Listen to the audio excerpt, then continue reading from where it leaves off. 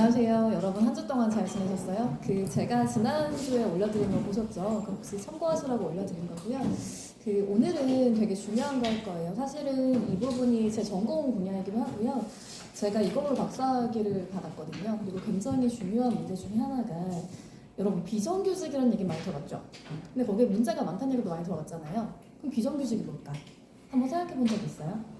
비정규직이 어디까지를 비정규직을 우리 얘기할까? 사실 저도 박사 논문 쓸 때 이게 되게 어려웠거든요. 왜냐하면 여러분 어떤 과제를 할 때 그 과제 범주를 먼저 정해야 되잖아요. 근데 사실은 비정규직은 정말 정규직하고 완전 반대되는 거거든요.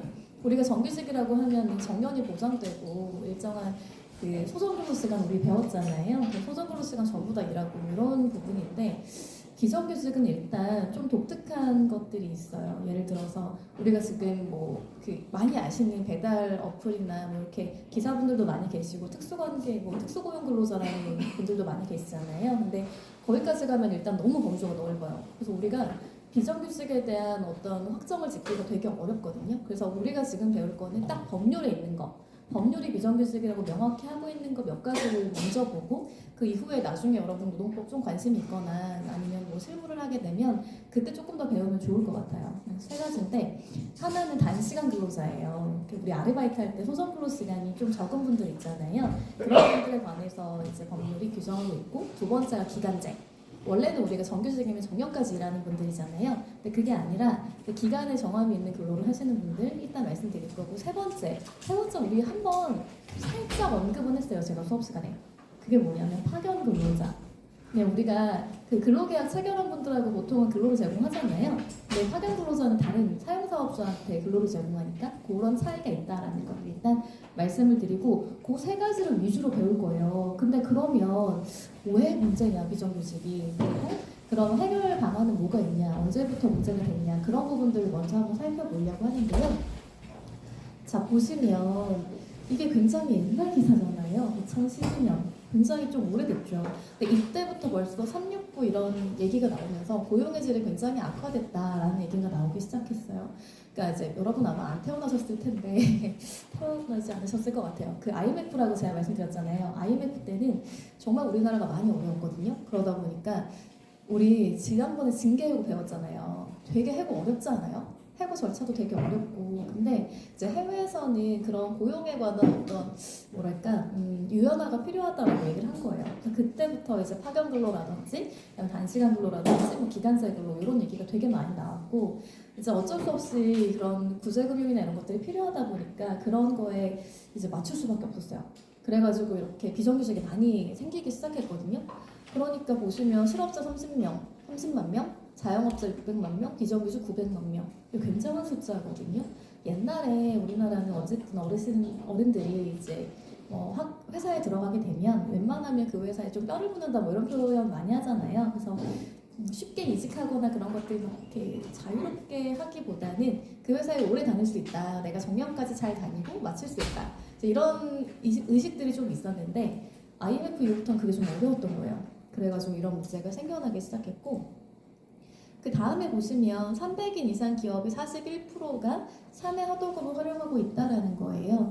그러니까 요거는 제가 그때도 말씀을 드렸지만 과거에는 그냥 하도급 이런 거 없이 정규직으로 전부 다 고용을 해서 했잖아요. 근데 우리가 산업이 좀 고도화되기도 하고 여러 가지 문제가 생기면서 이렇게 사내 하도급에 관한 문제가 시작됐어요. 그러면서 불법 파견이라든지 여러 가지 문제들이 이제 발생하게 되는데요. 자, 그 다음에 그래서 무슨 얘기가 나오냐면 지금 이것도 마찬가지인데 그때부터 이제 이런 얘기가 나오기 시작하는 거예요. 비정규직은 나쁜 일자리다. 아니 뭔가 고정적으로 안정적으로 일을 할 수 있어야 되는데 근로자들이 그게 아니라 시간도 애매하지 기간도 애매하고 게다가 기간 넘으면 더 이상 고용 못하는 상태가 벌어지고 이러니까 되게 나쁜 일자리 아니야? 라는 얘기들이 막 나오기 시작했어요. 반면에 그게 아니다. 그건 정말 잘못된 인식이다. 오히려 이렇게 좀 고용을 유연할수록 근로자의 선택도 많아지고 기업에도 오히려 좋은 인재들을 많이 이제 데려다 같이 일을 할 수 있는 기회가 되지 않겠냐. 그리고 글로벌 스탠다드에도 부합한다라는 얘기들이 굉장히 많았어요. 이렇게 논의가 엄청나게 막 발전을 하기 시작했던 거죠. 그럼 실제로 어땠을까를 봤는데 이게 고용 형태별 사회보험 및 노동조건 적용률이라는 게 있어요. 보통 이제 우리가 논문 쓸 때라든지 정말로 비정규직이 이렇게 많은가 그리고 차이가 어느 정도인가를 확인할 때 이런 통계청 자료 요즘에는 국가 데이터처라고 바뀐 것 같은데요. 어쨌든 그렇게 이제 예전에 통계청이라고 얘기를 했어요. 그래가지고 이런 굉장히 상세한 자료들이 나오는데 보시면 이 파란색이라고 해야겠죠? 이 파란색 그래프가 정규직, 노란색 그래프가 비정규직이에요. 그냥 우리가 숫자 안 봐도 딱 알 수 있지 않아요? 와, 이거 되게 많이 차이 난다. 그러니까 절반을 넘는 게 거의 없지 않아요? 그러니까 굉장히 좀 심각했던 거예요. 이건 물론 몇 년 전 자료이기 때문에 더 심각하긴 해요. 지금 많이 좋아지긴 했지만 보면 이게 뭐 30%, 심지어 시간의 수당은 19%밖에 안 돼요. 40%를 넘는 게 건강보험, 고용보험 딱 두 가지밖에 없잖아요. 이런 걸 봤을 때 지금 보면은 퇴직금도 되게 적고 상여금, 뭐 휴가, 교육훈련 이런 것들이 굉장히 조금 차이가 많이 있다. 그렇기 때문에 이제 어떤 불만이 나오기 시작하냐면 같은 일을 하는데 왜 얘는 100%를 받고 나는 50%도 못 받는 거지? 이런 불만 나올 것 같지 않아요? 네, 그렇기 때문에 이제 문제가 좀 심각해졌고 급여 차이가 너무 나다 보니까 결국은 어떻게 보면 경제적인 문제로도 이어지겠죠. 그러니까 그런 문제들을 어떻게 해소할까에 관한 논의가 계속되어 왔어요. 그리고 또 이게 간접고용이라고 하는 건데 보면 간접고용 근로자들이 정규직에 비해 더 낮은 임금을 받으면서도 산업재해를 입을 경우에 부담하는 비율이 더 크다. 이제 이런 것들 보면 뭔가 정규직에 비해서 굉장히 우리가 노력해야 될 것들이 더 많고 부담해야 될 게 더 많아서 문제다라는 기사들이 나오기 시작했어요. 그리고 뭐 심지어 10명 중에 4명은 산재 급여를 받는 것 대신에 본인 돈으로 치료를 받아야 된다. 이제 이런 문제들이 좀 생겼거든요. 그러니까 여기 보시면 간접고용 노동자의 업무상 재해 경험 비율은 37.8%로 원청의 정규직의 2배에 가까웠다. 그러니까 굉장히 많이 사고가 발생을 하잖아요. 중대재해 발생에 지금은 중대재해라고 하는데 예전엔 중상해 이제 뭐 많이 다치시는 분들 있잖아요. 장애를 입기도 하고 그런 분들의 비율이 굉장히 높았다는 거예요. 그럼에도 불구하고 본인 부담으로 치료하는 비율은 오히려 간접고용 노동자가 하청 정규직보다 2배 이상 높았다라는 거죠. 그러니까 이런 차이가 좀 발생을 하면서 어려워졌다라는 거고 이제 비교적 최근인 2023년도를 보면 비정규직 임금이 격차가 좀 줄어들 법한데 점점 늘어나고 있다는 거예요. 그래서 2017년에 보면 뭐 128만 원이었는데 136만 원, 144만 원에다가 쭉 올라가는 거죠. 그래서 2023년에는 166만 원까지 차이가 났다. 근데 이거 보시면 굉장히 큰 차이거든요. 그리고 이제 학원비 생각하시면 좀 여러분이 알기 쉬울 것 같아요. 여러분이 이제 중고등학교 때 학원 다니신 분들 있잖아요. 그럼 학원비를 예를 들어 이제 이 정도 차이가 나면 더 많이 가르치고 싶어도 좀 어려울 수도 있고 아니면 뭐 우리가 집 사는데 돈이 많아서 현금으로 사면 좋겠지만 대출 같은 거 받을 수 있잖아요. 그럼 그 대출금에 대한 이자를 갚는 것도 비용은 상당하거든요. 그러니까 뭐 그런 걸 다 생각해 보면 이게 결코 적은 비율은 아닐 수도 있다. 비용 자체가 그렇게 생각이 좀 돼요. 그리고 그러다 보니 이제 그러면 우리가 이 문제를 어떻게 해결해 볼까라는 것들에 대한 논의를 할 건데요. 일단 비정규직이 뭔지부터 좀 보면 좋을 것 같아요. 제가 첫 시간에 얘기해 드렸잖아요. 노동법 검색하면 아무것도 안 나온다고. 그런 법 없거든요. 이것도 마찬가지예요. 비정규직을 막 검색하잖아요. 법령에서 안 나와요. 안 나오고 당학상 개념이에요. 그러니까 제가 이제 강의하거나 이제 학술적으로 명명하는 명칭인데 보시면 일반적으로 정규직이라고 인식되는 근로자들에 비해서 상대적으로 근로조건 보장 수준이 낮은 근로자예요. 그래서 보시면 제가 아까 말씀드린 협의, 우리가 여기까지만 해보자 라고 했던 부분들이 바로 단시간 근로자, 기간제 근로자, 파견 근로자예요. 왜냐하면 이거는 어쨌든 관계 법령에서 직접적으로 규율하고 있어요. 명확하게 이건 이거야 라고 얘기하는 거죠. 그래서 단시간 및 기간제 근로자 보호법이라는 게 하나 있고요. 그 다음에 파견 근로자 보호법이라는 게 하나 있어요. 원래는 파견 근로자 보호법이 훨씬 더 먼저 제정이 됐고 그 이후에 이제 IMF 거치면서 그 법은 개정이 되고 단시간 및 기간제 근로자 보호법이 생겨나기 시작한 거예요. 이제 그런 게 있었고 그 다음에 광이라고 하는 거 있잖아요. 큰 의미에서는 사내 하청 근로자로 배웠잖아요. 같이 이제 라인에서 일을 하는데 근데 같은 데에서 사내 안에 들어와가지고 이제 하청업체가 있고 거기에 고용된 근로자, 사내 하청 근로자도 있고 특수고용 근로자라고 해서 뭐 캐디분들이라든지 보험 설계사라든지 여러 가지 우리가 뭐 이렇게 뭐랄까 일반적으로 예전 생각했던 그런 정규직과 좀 다른 형태의 근무를 하시는 분의 통칭하는 개념이에요. 그래서 그런 부분이 하나가 있고요. 더 중요한 건 뭐냐면 사실 이 문제예요. 무기계약직. 많이 들어보지 않았어요? 이게 진짜 저희 지금도 소송 되게 많이 하고 있거든요. 그러니까 이게 너무 어려운 문제 같아요. 그러니까 왜냐하면 과거부터 사실 기간제나 이런 것들 문제 많이 있잖아요. 아까 봤잖아요. 차별적 처우가 있었고 그러다 보니까 이따 보겠지만 기간제법은요 2년 넘으면 그냥 무기계약직 그러니까 기간에 정함이 없는 근로자로 그냥 간주가 되거든요. 무슨 말이냐면 채용을 했어요. 그랬는데 2년이 넘었어. 그러면 이분에 대해서 정규직 근로로 채용하지 않더라도 똑같이 그냥 기간에 정함이 없이 정년까지 다닐 수 있게 돼버리는 거예요. 근데 이번에 문제는 뭐냐면 정규직이라면은 승진도 하고 임금도 오르고 막 이러잖아요. 근데 무기계약직 안 올라요. 그러니까 그게 너무 큰 차이인 거예요. 그러다 보니까 그러면 이게 차별적 처우가 있는 거 아니냐, 임금 같은 거에서 교육훈련이나 다른 이렇게 차별을 당했을 때 과연 그게 차별이냐의 문제가 하나 있고요. 이따 볼 거예요. 그 다음에 두 번째, 그러면 어떻게 보호받을 수 있냐? 이 두 가지의 문제가 있을 수 있거든요. 그래서 그걸 한번 볼 건데 한번 우리 기간제 근로자 먼저 볼게요. 이게 여러분 가장 이해하기 쉬울 텐데요. 보시면 기간제 및 단시간 근로자 보호 등에 관한 법률이라고 있어요. 그래서 거기 보시면 기간제 근로자라 함은 기간에 정함이 있는 근로계약을 체결한 근로자를 말한다라는 건데요. 우리 뭐 3개월, 6개월, 1년, 그러니까 2년 이내 범위 내에서 계속 이렇게 계약 체결하는 분들 계시거든요. 그런 것들을 말하는 거고요. 그런 기간을 말하는 거예요. 기간.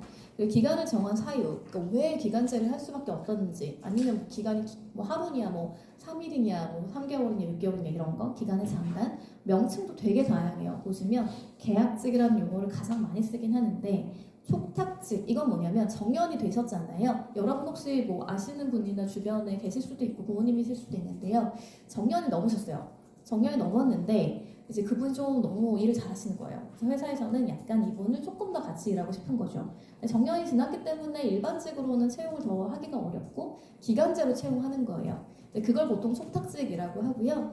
그다음에 일용직, 계약근로자, 뭐 계약사원, 아르바이트 뭐 이렇게 다양하게 불러요. 근데 이런 것과 관계없이 근로계약의 기간을 정해서 고용된 근로자를 기간제 근로자다라고 얘기를 하고 단시간 근로자나 아르바이트나 보조적 업무뿐만 아니라 핵심적이거나 전문적 업무에 종사하는 근로자들도 증가하고 있어요.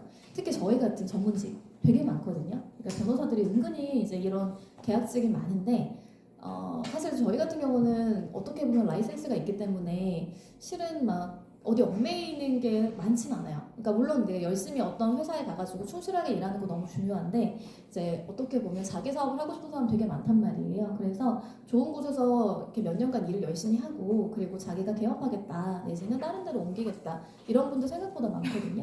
그러다 보니까 이제 기업 입장에서도 또 이제 뭐 어떤 프로젝트를 하는데 그 왜 똑같은 근로자가 계속 있을 필요 없는 경우도 있잖아요. 프로젝트에 따라 전문가가 다를 수 있으니까. 그래가지고 별정직이라고 해서 정부기관이나 그 어떤 지자체나 이런 데서는 공공기관도 마찬가지인데요. 굉장히 단시간 아니지 기간제 근로자를 뽑아요. 그래서 뭐 1년, 2년 이렇게 뽑기도 하고 예외 사유로 해서 원래 2년밖에 안 된다고 했잖아요. 이따 규정 볼 건데 예외적으로 그 프로젝트가 3년이다. 그러면 3년도 고용할 수 있거든요. 네, 그렇게도 많이 업무를 해요. 이제 이런 식으로 하게 되는데 그래서 핵심적이거나 전문적 업무에 종사하는 근로자도 굉장히 기간제로 많이 가고 있다라고 생각해 주시면 좋겠어요.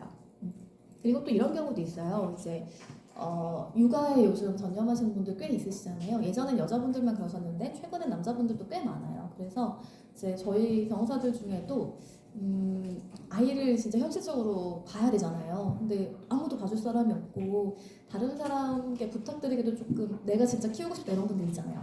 그런 분들은 어떻게 되냐면 그 기간제인 동시에 시간이 짧아요. 그래가지고 지자체에서도 굉장히 뭐 예를 들면 뭐 10시부터 2시 이렇게 뽑는 경우들이 있거든요. 일부러 그래서 그분들에게 적합한 업무를 주고 대신에 급여는 좀 낮을 수 있죠. 왜냐면 근무 시간이 적으니까. 그렇지만 아이를 키울 수 있잖아요. 그렇게 가는 경우도 꽤 있다라는 거죠. 자, 그러면 우리 본격적으로 법률 한번 봅시다. 제 오늘 말이 빠른가요? 괜찮아요? 빠르면 얘기해 주세요. 제 4조 한번 보면 1항에 사용자는 2년을 초과하지 않는 범위 내에서 혹은 기간제 근로계약의 반복갱신 등의 경우에는 그 계속 근로한 총 기간이 2년을 초과하지 않는 범위 내에서 기간제 근로자를 사용할 수 있다는 거죠. 그러니까 처음부터 뭐 2년을 쫙 해도 되고 아니면 3개월씩 여러 번 연장해도 되는 거예요. 근데 2년이 넘으면 안 돼요. 다만 예외 사유 이제 우리가 항상 원칙과 예외를 봐야 되잖아요. 원칙은 무조건 2년 안 돼요. 그런데 예외적으로 요 사유에 해당한다면 2년 넘어도 괜찮다는 거예요. 그게 뭐냐면 사업의 완료 또는 특정한 업무의 완성에 필요한 기간을 정한 경우. 아까 제가 말씀드렸잖아요. 어떤 뭐 정부기관의 프로젝트라든지 회사에서 중요한 업무인데 그게 이제 용역 기간이 뭐 4년이라든지 이런 것들에 대해서는 아주 특정하게는 뭐 그 기간 그래서 3년 넘어도 되고요. 그 다음에 휴직, 파견 등으로 결혼이 발생해서 당해 근로자가 복귀할 때까지 그 업무를 대신할 필요가 있는 경우. 그러니까 육아휴직 3년 이렇게 뭐 가능하거든요. 그래서 그런 부분도 3년이면 2년 넘잖아요. 근데 그 업무를 하실 사람 필요하고 그러니까 3년, 그러니까 2년이 넘어도 된다는 거고요. 그 다음에 근로자가 학업이나 직업훈련 등을 이수함에 따라 그 이수에 필요한 기간을 정하는 경우가 있을 수 있어요. 그러니까 예를 들어서 뭐 어디 JD를 간다. 그러니까 저희 입장에서 이제 법률가의 입장에서 다른 나라에 가서 뭐 박사학위나 이런 학위를 조금 취득하고 싶거나 시험 보고 싶을 수 있잖아요. 그러면 한 3, 4년 걸리는 경우들이 있거든요. 뭐 하루가 아니지. 1년 만에 뭐 미국에서는 취득하기도 하지만 그런 거 말고 이제 조금 정말 학위를 받고 싶다 할 때 그럴 때는 또 그 이수에 필요한 기간이 3년이라면 그것도 가능하다. 그리고 고령자 고용촉진법 제2조 제1호의 고령자와 근로계약을 체결하는 경우인데요. 이게 요즘 문제가 많아요. 여러분 제가 그때 말씀드렸지만 고령사회 얘기했잖아요. 그래서 이제 문제가 발생하는 건데 잠깐만요. 저도 이 사건들 굉장히 진호에서 많이 하고 있어요. 뭐냐면 이제 이런 거죠.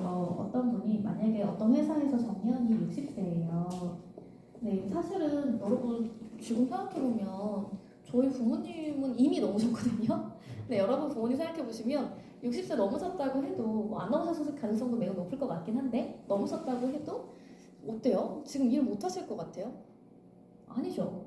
옛날에는 저 요즘 최근에 그런 말 많잖아요. 우리가 아무런 의학적 도움 받지 않고 그냥 뭔가 삶을 살아갈 때 그때 적합한 신체 나이 어떻게 보면 뭐랄까 우리한테 허락된 연령이 40대래요. 40세.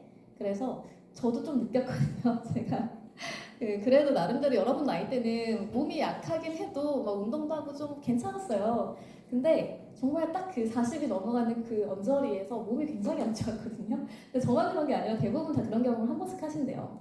그러다 보니까 좀 안 좋아지긴 하지만 그래도 우리가 일을 못할 정도는 아니잖아요. 그리고 뭐 아무리 주위에 60대, 70대 넘은 분들도 많고요. 제 주변에 이제 고모님들도 계시는데 연세가 굉장히 많으시지만 정말 누구보다 일 잘하시고 왜냐하면 너무 경험이 많으시기 때문에 그리고 건강하세요. 누가 봐도 그렇게 안 보여요. 뭐 이런 분들 꽤 있거든요. 그러다 보니까 문제가 생기는 거예요. 어떤 문제가 생기냐면 60세가 넘었지만 회사에서도 이분들에게 지혜를 좀 빌리고 싶고 이분들의 업무를 같이 하고 싶은 거죠. 근데 이분들도 내가 아직 60 넘긴 했는데 정년은 넘었지만 우리 애가 아직 결혼을 못했어. 아니면 아직 학생이야. 이럴 수 있잖아요. 그러면 비용이 굉장히 많이 필요하단 말이에요. 그런 니즈가 맞아요. 그래가지고 이제 우리가 그때 아까 말씀드린 촉탁직으로 계약으로 체결하거든요. 촉탁 계약이라고 보통 하고 아니면 그냥 기간제라고 하기도 해요. 근데 이분이 정말 평판도 좋고 인성도 너무 좋고 이분만 있으면 일이 해결이 돼. 그리고 막 안 좋은 막 갈등 관계 있던 것도 다 해결을 해요. 그래가지고 회사에서 이제 뭐 예를 들어 1년 했다가 최초에 내년에 당연히 또 해드리고 또 해드렸어요. 한 3년을 했거든요. 3년을 했는데 이제 여기서 이제 문제가 생기는 거예요. 3년 정도 했는데 이분이 하던 업무들이 이제 조금 뭐 누가 인수인계도 잘 받았고 후임도 잘 하게 되고 그리고 굳이 이분이 안 계셔도 될 것 같고 뭐 이제 이런 여러 가지 아무튼 뭐 복잡한 사정이 회사에 있었나 봐요. 그래가지고 원래 이제 12월 31일까지잖아요. 보통 계약 만료가 1년이면은 근데 회사가 11월 한 30일쯤에 죄송합니다. 내년에는 연장이 어려울 것 같아요. 라고 얘기를 하는 거예요.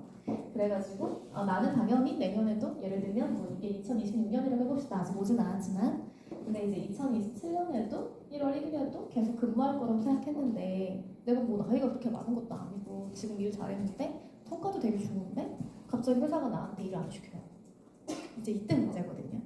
이때 원래 아까 2년 넘으면 안 되잖아요. 근데 이분은 물론 고령자는 좀 달라서 지금 60세라는 게 조금 달라요. 근데 그냥 제가 설명을 위해서 60세라고 얘기하는 거니까 나중에 고령자 보호법하고 좀 차이가 있다고 보면 지금 생각만 해주시고 제가 설명해 드릴게요. 그래서 어쨌든 간에 그러다 보니까 그러면 나는 3년 넘긴 했는데 여기는 안 걸릴 것 같아. 그렇지 않아요? 그래가지고 안 걸릴 것 같아서 안 될 수도 있겠다 이제 이렇게 고민을 하다가 결국 이제 고민하시다가 회사한테 주장할 수 있는 게 갱신기대권이라는 거거든요. 이따가 볼 건데 이거는 뭐냐면 사실 최근에 인정하게 되는 그 판단 기준이 매우 명확하게 확정이 됐어요. 그런데 예를 들어 이런 거죠. 채용할 때 채용 공고에 내지는 이렇게 얘기할 때 그리고 막 우리가 일할 때도 그런 얘기를 하시는 거예요. 대표님이 뭐라고 하냐면 내가 너 계속 일하게 해줄게 라고 하는 거예요. 우리가 1년 단위로 계약하는 건 맞아. 근데 그냥 이거 형식이야. 아무것도 안 하고 어차피 내년에도 하고 너는 한 10년 정도 일을 할 거야 라고 하시는 거예요. 예를 들면 그래서 그걸 신뢰하고 얘기를 했고 뭐 기간 그 계약서에도 그런 내용이 좀 나와 있어요. 예를 들어서 특별한 내용이 없으면 갱신된다라든지 그리고 취업규칙 우리 배웠잖아요. 취업규칙에도 그런 내용이 나와요. 이렇게 하지만 계약직이지만 특별한 사유가 없으면 갱신된다. 그리고 말도 들었어. 그러면 이 정도라고 하면 약간 기대감이 생기지 않겠어요? 문서도 있고 말도 있고 나한테 계속 얘기해 주시고 그러면 내가 내년에도 당연히 일할 수 있겠지? 라는 반복 갱신의 그런 어떤 기대가 생기는 거죠. 그랬는데 만약에 갱신을 안 했다? 안 한 거잖아요 지금. 그럼 이건 해고예요. 그래서 해고라고 해서 부당해고 우리 알죠? 다시 돌아오는 거. 그런 문제들이 발생하게 되는 거죠. 어쨌든 그거는 제가 총체적으로 한번 그냥 개관해 드린 거고 이따 사연 나오면 다시 한번 말씀을 드릴게요.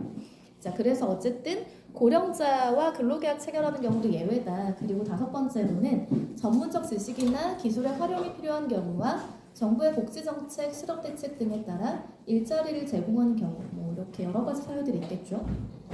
그리고 2항 보시면 사용자가 제1항 단서의 사유가 없거나 소멸되었음에도 불구하고 2년을 초과하여 기간제 근로자로 사용하는 경우에는 그 기간제 근로자는 뭐라고요?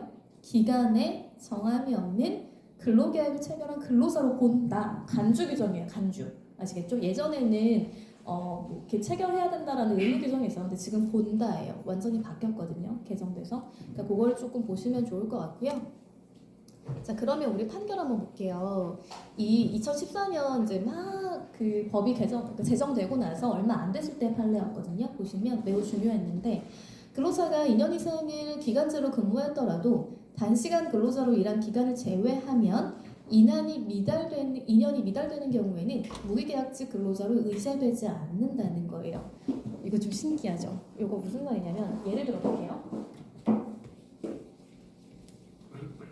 여기에는 지금 뭐라고 나오냐면 잠시만요. 여기 마사회 사건이고요. 보시면 이 소정 근로 시간이 15시간 미만인 단시간 근로자에게 적용되지 않는다는 예외 조항이 있거든요. 그러니까 우리가 2년 이상 무조건 하면 이제 그 채용해야 되는데 근데 여기 보시면 뭐라고 돼 있냐면 간주 규정으로 본다라고 규정하고 있다. 다만 같은 조 제1항 제6호에는 일주일 동안 소정 근로 시간이 15시간 미만인 단시간 근로자에게 적용되지 않는 거예요. 그래서 이분이 어떤 상태였냐면 예를 들어 볼게요.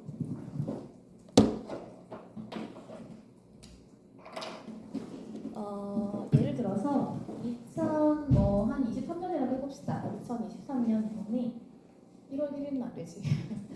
계약에 따라 1월 2일에 입사를 하셨어요. 근데 이때는 정말 단시간 근로자였어요. 굉장히 짧게 일을 해가지고 15시간이 안 되는 근로자예요. 그렇게 한 3개월을 일을 하셨거든요. 근데 일을 해보니까 괜찮은 거예요. 이분이 꽤 괜찮았어. 뭐 주위 사람들이 잘 어울리고 약간 일도 찾아서 하시고 같이 일하면 너무 괜찮을 것 같아서 원래 계약을 3개월까지밖에 안 했지만 결국 이제 2023년 4월 1일부터 계약을 다시 체결해서 그냥 똑같이 소정 근로 시간 일하자 남들하고 똑같이 그리고 당신 대신 기간제 근로 계약을 체결하자 하는 거죠. 근데 이 기간은 예를 들어 뭐 한 6개월을 했다고 합시다. 이걸 계속 반복 갱신해 온 거예요. 그러다가 날이 이제 시간이 흘러가지고 2025년 12월 31일 경과한 거예요. 그러니까 어떤 생각이 들어요? 내가 근로자야. 근데 지금 넘었잖아요, 2년. 그러면 나 전환되지 않을까? 이런 기대가 좀 있지 않겠어요? 왜냐하면 법에 따르면 명확히 2년 넘으면 된다고 하잖아요. 근데 갑자기 회사가 우리 여기까지 할까? 뭐 이렇게 얘기하는 거예요. 내년부터는 이 업무 다른 사람이 할 것 같아. 그러니까 더 이상 이제 체결하지 말고 여기서 마무리하자 이렇게 얘기를 하는 거죠. 그래서 이게 날짜가 이제 지나서 언제 그런 얘기를 했냐면 2026년 이제 1월 31일까지 업무를 마치고 그 얘기를 하신 거예요. 그랬더니 2년 딱 넘었으니까 근로자가 너무 좀 황당한 거죠. 나는 너무 당연히 이제 무기계약직으로라도 전환될 거라고 예상을 했는데 갑자기 그만두라고 하니 이건 무슨 말이야? 야 2년 넘었는데 이제 이러면서 문제를 제기하시고 소송까지 가게 됐던 케이스예요. 기간만 딱 보면 그 말이 맞는 것 같지 않아요? 2년 넘었으니까? 그래서 제가 아까 뭐라 그랬어요? 단시간 근로자 중에 15시간 미만 근로한 사람은 포함 안 됐다고 했잖아요. 근데 그 기간이 3개월이었단 말이에요. 그럼 이거 빠지잖아요. 2년이 안 돼요. 그러니까 그런 판단 기준을 지금 얘기했던 그 판례거든요. 한번 내용 읽어보세요. 요거랑 다음 페이지 어렵지 않거든요. 한번 보세요.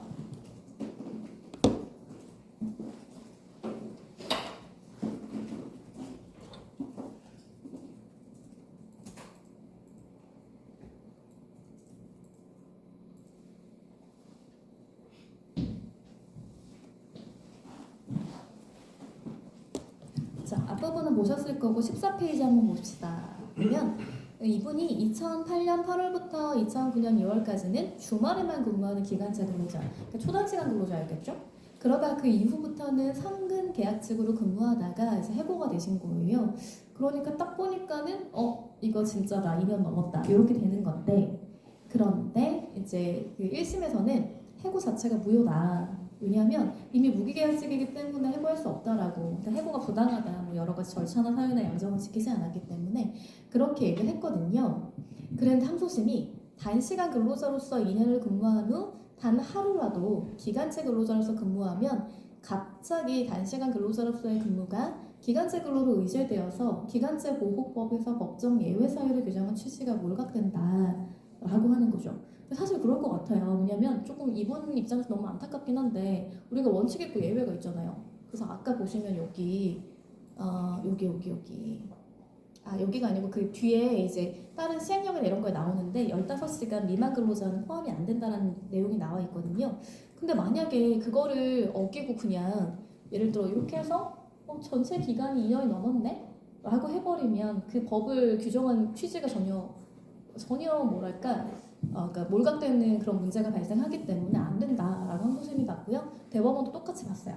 근데 여러분 혹시 나중에 이제 실무를 하게 되거나 뭐 문제가 나오거나 했을 때 보면 이분이 그냥 똑같이 이렇게 상근 근로자로 하신 건지 아니면 중간에 기간제가 아니라 굉장히 초단시간으로 근로하셨는지 그런 것도 한번 확인해 볼 필요는 있어요.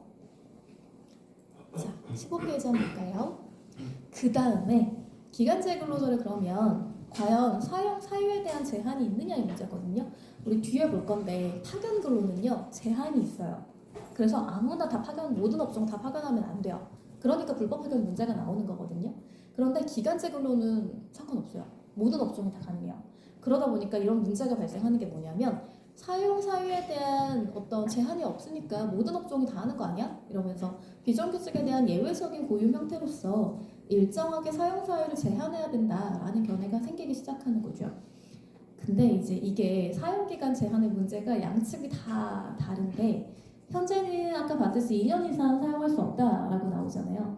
근데 비판은 이제 경영계에서는 사용기간을 좀 늘려야 된다라는 견해가 좀 과거부터 많았고, 그 다음에 노동계에서는 무슨 소리야 이게 너무 길면 불안정한 상태를 계속 길게 유지하는 것 뿐이잖아 라고 하면서 사용기간을 줄여야 된다라는 견해가 나오는 것 같아요. 근데 참 이게 법을 제정하고 적용하는 게 참 어려워요. 왜냐하면 우리가 이제 사실은 1년 최초에 했다가 너무 짧아. 그러면 1년밖에 이제 이 사람이 근무를 못하고 오히려 이동해야 되잖아요. 그런 문제가 발생해가지고 기한을 2년으로 늘렸단 말이에요. 그랬더니 이제는 2년 딱 채우고 그 직전에 이제 이렇게 기간 만료 통보하시는 경우가 많아가지고 이게 맞나 이런 많은 분들의 고민이 생겨나는 것 같아요. 그래서 누군가에게 어떤 이득이 되는 법을 제정을 했지만 그게 실무에서 또 작동하는 건 좀 다를 수 있다. 그래서 그런 고민이 많이 필요하다라는 생각이 많이 드는 것 같아요.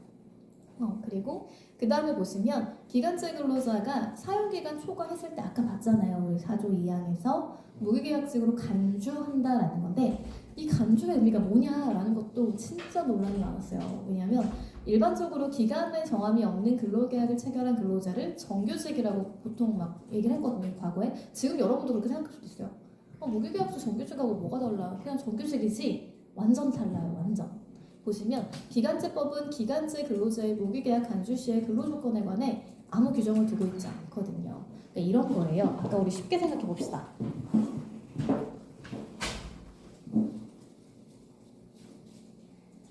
어떤 분이요? 기간제 근로 원래 기간제였는데요. 기간제 근로에서 기간이 2년을 경과하게 됐단 말이에요. 그죠? 그러면 이분 어떻게 돼요? 제가 말씀드렸죠? 무기계약직으로 본다고. 근데 아까 우리 급여 차이 기억나요? 166만 원이었잖아요.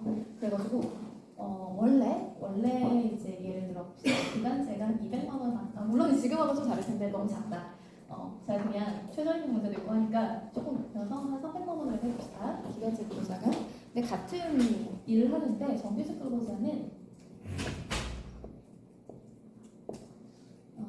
한 450만 원을 받는 거예요. 같은 일이에요, 같은 일. 그러니까 본인 생각에 같은 일을 하는 것 같은데 저 사람이랑 나랑 근데 무려 150만 원 차이가 나는 거예요. 굉장히 크다고 했잖아요. 그러다 보니까 무기계약직으로 바뀌면 보통 어떻게 생각하냐면 난 정규직이 됐으니까 지금까지 못 받은 거 어쩔 수 없는데 예를 들어서 어쩔 수 없지만 앞으로는 내가 급여가 450만 원이 되지 않을까? 라고 기대할 수 있겠죠. 어때요? 이거 맞을까요? 틀릴까요? 요 문제가 있어요. 그러니까 이렇게 해야 된다는 분들이 계시는 거고 급여 어차피 무기계약직이니까 똑같이 가야 되는 게 맞지 않아? 라는 분들이 계시는데 문제는 법이에요. 그런 노동조건, 근로조건에 대해 아무것도 안 써 있어요. 그러니까 이제 근로자 입장에서 자꾸 똑같이 가야 된다. 교육훈련도 똑같이 가야 되고 그다음에 또 문제가 정규직이면은 막 이렇게 호봉이 올라가고 승진할 수 있거든요. 근데 기간제나 무기계약직 보통 그게 없어요. 그러니까 무기계약직은 진짜 법에 뭐라고 돼 있냐면 우리 법 한번 볼까요? 아까 몇 페이지더라? 잠시만요. 페이지 수 한번 불러주시겠어요? 제가 지금 컴퓨터여가지고 여기 있다. 네, 감사합니다. 여기 보면 2항에 보시면 2년을 초과해서 기간제 근로자로 사용하는 경우에는 기간의 정함이 없는 계약을 체결한 근로자로 본다. 이거밖에 없어요. 무슨 말이냐면 원래는 이분이 그냥 2년 동안 계약을 체결했던 그죠? 예를 들어서 2025년 1월 1일부터 예를 들어 1년이라고 합시다. 아직 안 지났으니까. 그래서 2026년 1월 1일까지 했고 또 이제 2027년까지 갔을 때 경과했을 때 2년이 넘어버리잖아요. 그러면 기간의 정함은 없어요. 그래서 만약에 이 회사가 정년이 60세다. 그럼 60세까지는 꾸준히 일을 할 수 있게 돼요. 근데 근로조건은 변하지 않을 수 있어요. 그래서 이게 항상 차별의 문제나 소송이 되게 많이 발생을 하거든요. 왜냐하면 그래서 이제 가장 중요한 게 나중에 보겠지만 동일 유사한 업무거든요. 똑같지 않을 수 있지 업무가 그렇잖아요. 근데 동일하거나 책임이라든지 아니면 어떤 업무의 난이도라든지 여러 가지 것들이 전문성이나 이런 걸 고려해봤을 때 동일하거나 유사하다고 판단되는 업무를 하고 있는데 차이가 많이 나게 되면 차별이고 이 부분은 이제 보상해줘야 된다. 뭐 이런 이제 그런 문제들이 발생을 하게 돼요. 어쨌든 거기까지 가면 지금 너무 복잡하니까. 그래서 결국은 지금 어떻게 돼 있냐면 행정해석이라든지 판례는 일단 기간이 이렇게 정년까지 가는 건 맞다. 법에 돼 있으니까. 그런데 어디를 봐도 사실은 근로조건은 정규직하고 똑같이 가야 된다는 건 없다. 현실적으로도 불가능하고 다만 이제 가끔 그런 경우가 있어요. 기간제 갈 때는 월급이 꽤 괜찮았는데 정규직으로 가면 무기계약직으로 가면서 급여가 오히려 낮아지는 경우들이 있거든요. 왜냐하면 정년을 보장해주니까 너가 그러면 많이 다니는 만큼 이런 것들은 좀 양보해 뭐 이런 경우들도 있고 여러 가지 사정들이 있을 수 있단 말이에요. 그래서 그건 안 된다. 그건 안 되고 적어도 전환할 때 기존의 근로조건을 하락하거나 이제 문제를 발생시키는 것들은 안 된다는 정도만 있어요. 결국은 지금은 조금 그런 것들이 이제 항상 문제가 되고 있다, 불씨가 되고 있다는 거를 좀 생각하면서 넘어가면 좋을 것 같아요. 자, 그러면 페이지가 잠시만요. 여기 있다. 자, 그래서 행정에서 보시면 무기계약 간주 시의 근로조건은 단체 협약이나 취업 규칙 또는 당사자 간의 합의에 따르는 게 원칙이돼 기존의 근로조건을 저하시켜서는 안 된다라는 거고요. 그 밑에 보시면 기사가 하나 있는데요. 이제 요게 또 문제예요. 요 기관에서도 이런 문제가 있었는데, 그러니까 우리가 어쨌든 지금 딱 제가 설명드렸을 때 여러분 어떤 느낌이 들어요? 기간제가 되면 그러면 크게 뭐 문제 없이 정년까지는 다닐 수 있지 않을까? 그래도 다행이다. 이제 그런 부분에서는 그런 기간의 부분에서 내가 정년까지는 적어도 뭐 해고당할 내가 잘못만 안 하면 그런 건 없지 않나 생각을 할 수 있잖아요. 근데 저런 문제가 있었어요. 뭐냐면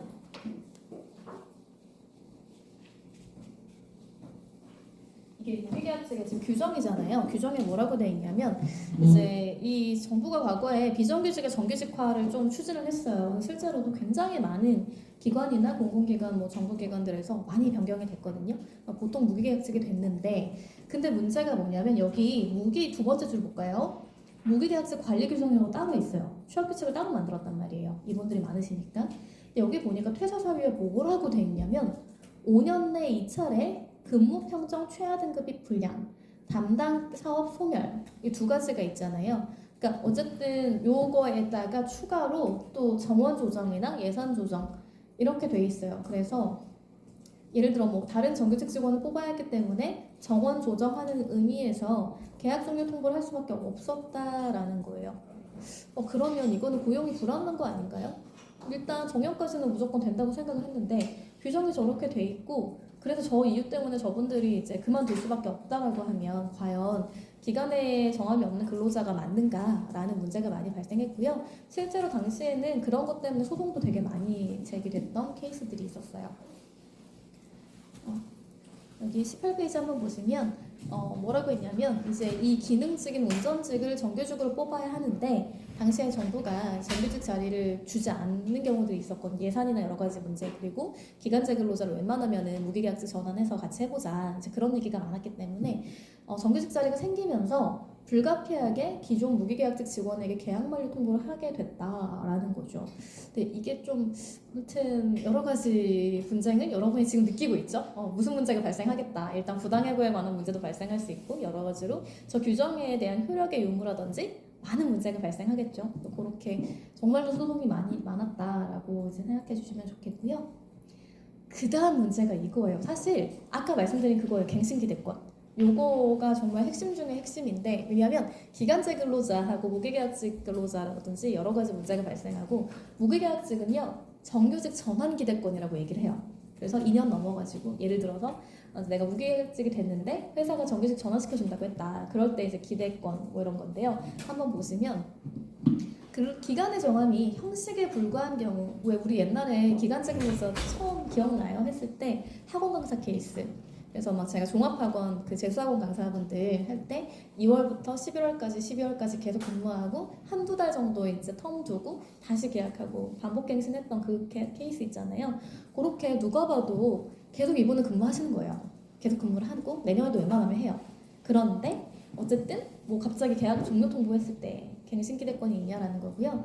그다음에 기간제 근로계약이 일정한 계약 기간을 정하고 있음에도 불구하고 그 기간의 정함이 수차례 반복 갱신되는 등 사실상 형식에 불과한 경우, 이런 문제가 있고, 이럴 때 이제 기간제 근로자를 무기계약직 근로자로 판단을 하는데요. 이제 갱신기대권의 문제는 뭐냐면 계약 기간이 만료되었음에도 불구하고 해당 기간제 근로자에게 계약이 갱신될 거라는 기대가 형성되었을 경우, 아까 말씀드렸잖아요. 그래서 학설이 이제 뭐라고 얘기를 하냐면, 그래 있지, 갱신기대권 인정할 수 있어. 근데 그 근거가 첫 번째 학설은 해고 제한 법리가 유추된다. 그러니까 정당한 사유가 있어야 된다라는 거를 이제 생각하시는 거고, 그게 아니다.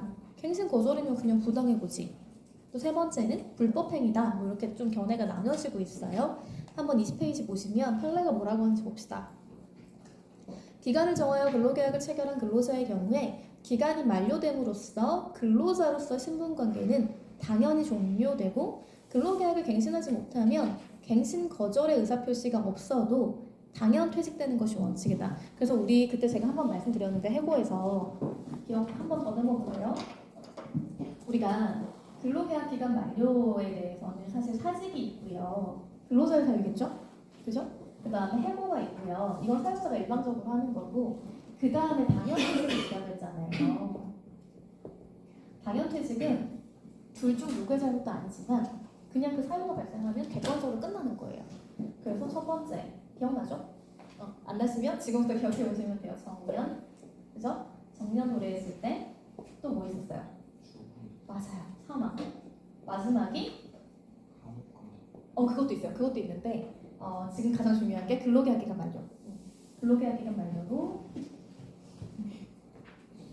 지금 말씀하신 거는 이제 통틀어가지고 어떻게 하면 되냐면 근로자가 업무 수행이 불가능한 경우, 객관적으로 그죠? 그 감옥 가는 그런 것도 불가능한 경우.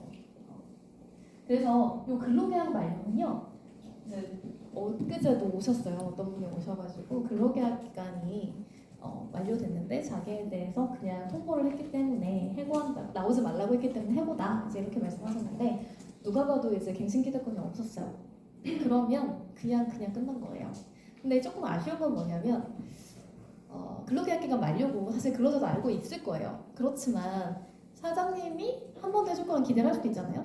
그럼 얘기해 줄 수 있잖아요. 예를 들어서 조금이라도 일찍 한 달이라도 먼저 그냥 그런 의무가 없을지라도, 왜냐면 해고하고 할 필요 없잖아요. 기간제 종료니까.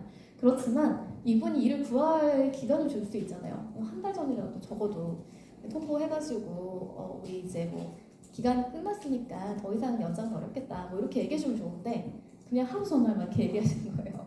야, 우리 이거 해고 아닌 거 알지? 막 이러면서. 그러니까 근로자 입장에서 얼마나 난감해요. 그러니까 그런 부분만 조금 잘 사업주들이 주의해 주시면 좋을 텐데, 그렇다 손 치더라도 그래도 해고는 아니다, 그냥 단합해주사야겠다라고만 생각해 주시면 좋겠어요. 그래서 여기가 그 얘기예요. 당연히 종료가 되고 근로계약을 갱신하지 못하면 갱신 거절의 의사표시가 없어도 당연 퇴직되는 것이 원칙이다. 그러나 근로계약이나 취업규칙, 단체 협약 등에서 기간이 만료되었더라도 일정한 요건이 충족되면 당해 근로계약이 갱신된다는 취지. 예를 들어서 이 근로자가 근로계약 기간 끝났는데 평가를 해보니까 70점 이상이면 다시 근로계약 체결할 수 있다, 이런 규정 두는 데가 있거든요. 그러면 이거는 이 근로자 70점 넘으면 되겠구나 라고 생각할 거 아니에요. 그런 규정. 그 다음에 그런 규정이 없더라도 근로계약의 내용과 근로계약이 이루어지게 된 동기나 경위, 계약 갱신의 기준 등 갱신에 관한 요건이나 절차의 설정 여부, 실태, 그리고 근로자가 수행하는 업무의 내용 등 당해 근로관계를 둘러싼 여러 사정을 종합해 볼 때 딱 봤을 때 이 정도면은 내 근로계약 갱신 되겠는데? 라고 생각하는 그런 요건들이 발생한다고 했을 때에는 갱신을 거절하는 것은 뭐라고 나와요? 지금 보세요. 부당해고와 마찬가지로 아무런 효력이 없다는 거죠. 그러니까 해고랑 똑같이 보는 거예요, 판례는. 그 다음에 기간 만료 후의 근로관계는 종전의 근로계약이 갱신된 것과 동일하다. 그럼 여기서 문제. 자, 이제 또 갱신될 수 있죠. 갱신기득권이 있잖아요. 그러면 근로자분들이 뭐라고 생각하시냐면 이게 근로계약이 갱신됐으니까 나는 정년까지 일할 수 있어 라고 생각하시거든요. 실제로 어떨까요? 아니에요. 맞아요. 내가 근로계약을 1년 했잖아요. 그럼 갱신기득권이 있지. 그러면 그 갱신에 대해서 한 1년까지 가능한 거죠. 동일한 조건으로. 그게 정년까지 가는 게 아니에요. 예를 들어 3개월이다. 그럼 3개월까지 가는 거예요. 대신에 이제 그 다음에 내가 1년이든 3개월 했잖아요. 그리고 나서 종료할 수 있잖아요. 근데 종료하려면 갱신기획권이 이미 있으니까 합리적인 사유가 있어야 되거든요. 그건 또 뒤에 나올 거예요. 제가 설명해 드릴게요. 자, 21페이지 보시면 여기 보시면 채용계약서에서 계약 만료 시에 최종 평가를 실시한다 라고 정하고 실제로 이분이 잘했어요. 그래가지고 이 사건 갱신 거절 이전까지 여기에서 근무기간을 포함해서 8번이나 갱신했대요. 이 정도면 다음에도 하겠다는 생각 들지 않겠어요? 그죠?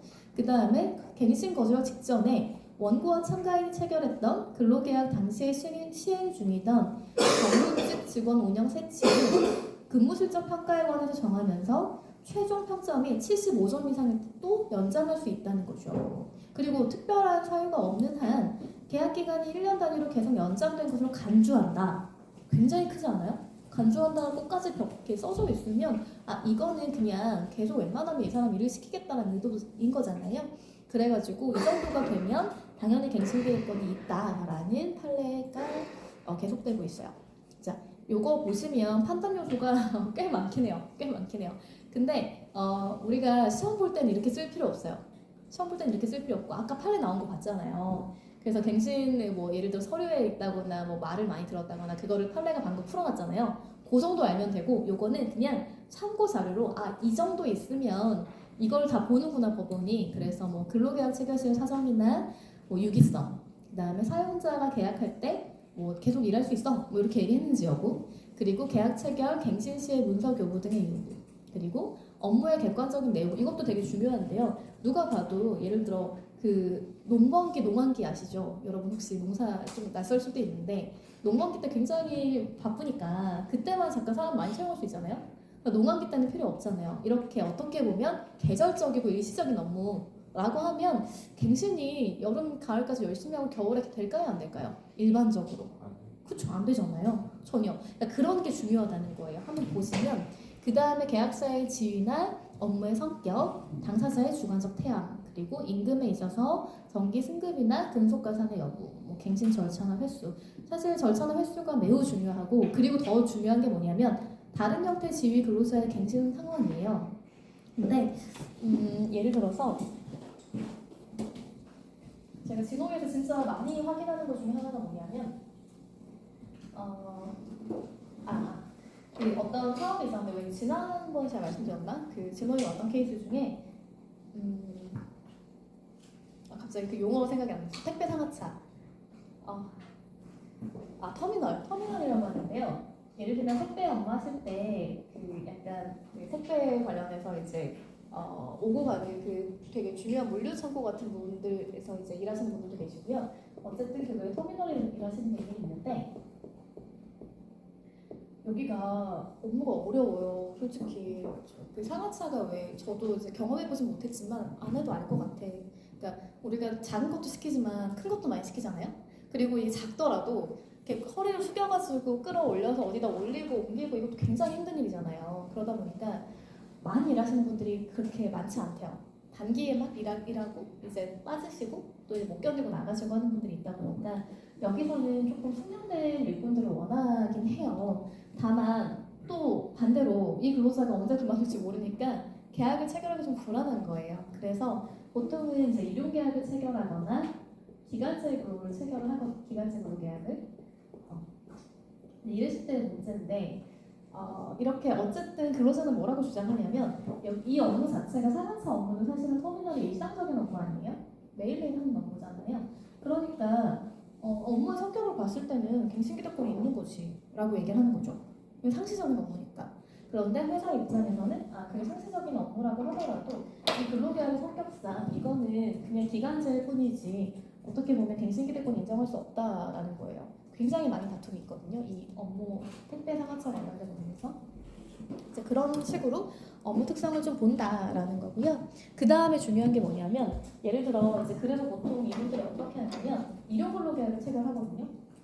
근데 이거 어플로 하는 거 아세요? 요즘 하도 근로계약서 미작성이면 막 신고해가지고 벌금 나오고 이러니까 그냥 회사에서는 어떻게 하냐면 일일이 쓰면 또 나중에 누락될 수 있잖아요. 그래서 어플을 만들어요. 그래가지고 출근할 때 아예 그냥 그 어플을 찍게 하는 거죠. 찍어가지고 자기가 일용 근로계약서 매일매일 쓰는 거예요. 말하자면 그걸 남겨두는 건데 그렇게 하다가 이제 어플이 있으니까 하다가 어느 날 갑자기 제가 굉장히 많이 보는 케이스 중에 하나인데 이제 뭔가 실수를 했어요. 근로자가. 근데 그게 좀 사용자가 볼 때, 그러니까 상사가 볼 때 안 되겠다 싶은 거죠. 그래가지고 다음날 그거 블랙리스트까지는 아니고 그냥 좀 같이 하기 어렵겠다라는 어떤 뭐랄까 평가를 하거든요. 어플에다가. 그러면 어떻게 되냐면 이 사람의 그 출입이 막혀요. 출입할 수 없는 권한이 부여가 안 된다는 거예요.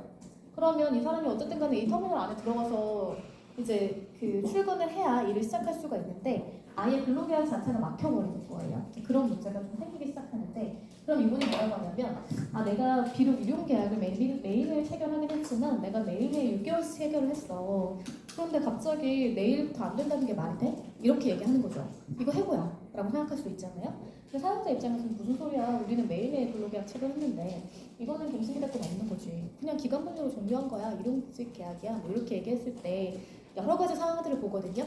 근데 그 중에 많이 보는 것 중에 하나가 그럼 오케이, 당신이 이 같은 업무를 할 때 사용자한테 여쭤보는 거죠. 이제 그 기업에서 이런 경우에 보통 본인이 원함에도 불구하고 재계약이 체결되지 않는, 계약이 갱신되지 않는 비율이 얼마나 돼요? 라고 여쭤봐요. 근데 그런 데서 보통은 이제 높진 않아요. 근데 만약에 이런 거죠. 예외적 여기서는 한 50%는 그냥 자기가 원하면 되는데 50%는 안 될 수 있어요. 왜냐면 여쭤봤더니 우리가 택배 시키는 거 있잖아요. 주말에 좀 많이 몰리고 월요일에 많이 몰린대요. 그리고 화요일, 수요일, 목요일은 조금 적대요. 그러면 실질적으로 업무를 해야 되는데 막 이게 정규직 채용도 아닌데 내가 일이 없는데 막 많이 채용할 수 없잖아요. 근데 반대로 많이 채용을 안 했는데 부족한데 그 사람들을 없이 쓸 수는 없으니까 주말하고 월요일에는 사람이 되게 많이 필요하대요. 근데 예를 들어 그 화요일, 수요일, 목요일은 별로 필요가 없으니까 계약갱신이 안 되는 거예요. 근데 그럴 때 그런 비율이 자기가 원해도 한 50%못 오는 거잖아요. 이 정도라고 하면 이거는 사용자의 재량이 있다라고 판단이 되는 거예요. 근데 그게 아니라 만약에 다 원해. 그래가지고 원하는 사람은 예외 없이 다른 업무라고 하더라도 예외 없이 그냥 다 돼요. 갱신이. 근데 이 사람은 안 됐어요. 그러면 이거는 뭔가 해고일 가능성이 매우 높거든요. 여기 보시면 뭐라고 돼 있냐면 다른 형태의 지위 근로자의 갱신 상황 실태 요거를 매우 중요하게 본다라고 생각해 주시면 좋겠어요. 그 다음에 이런 걸 다 종합적으로 판단해가지고 해고라고 보는데 반복갱신에 따라 실질적으로 기간의 정함이 없는 계약과 사회 통념상 동일시할 수 있다면 해고이고 그 다음에 갱신 기간 계속 기대의 합리성을 수긍할 수 있다라고 하면 해고 법리를 유추하는 건데요. 근데 누가 봐도 이 사람이 좀 잘못했어요. 그리고 막 그 담당자랑 싸워. 도저히 업무 수행이 안 돼. 그러면은 이거는 갱신 거절할 때 합리적인 사유가 있지 않나요? 그래서 그 정도는 인정이 되니까 고용 종료다 그냥. 뭐 그렇게 해고 법률을 유치하는 경우도 있고 그게 아니라 그런 거 다 필요 없고 그냥 이거는 갱신기대권이 인정이 안 되고 기간이 끝났으니까 만료다라고 하면 고용 종료 이렇게 보는 것들도 있어요. 그래서 그거는 그냥 이거는 이렇게 될 수 있구나 참고 삼아서 한번 제가 설명드린 거니까 그 정도 알아두시면 돼요. 자, 덥나요 혹시? 에어컨 틀까요? 괜찮아요. 틀어요? 네, 알겠습니다. 잠깐만요.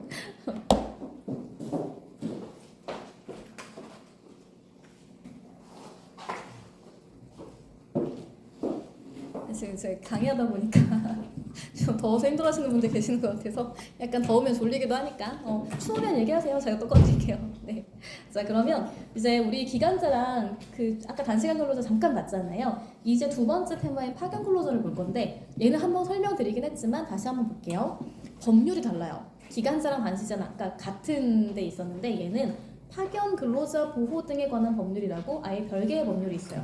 보시면 근로자 파견이라 함은 파견 사업주가 근로자를 고용한 이후 그 고용관계를 유지하면서 근로자 파견 계약의 내용에 따라 사용사업주의 지휘 명령을 받아 사용사업주를 위한 근로에 종사하게 하는 것. 말만 들으면 되게 복잡하잖아요. 네, 제가 이미 설명했던 그 삼각관계를 아시면 돼요.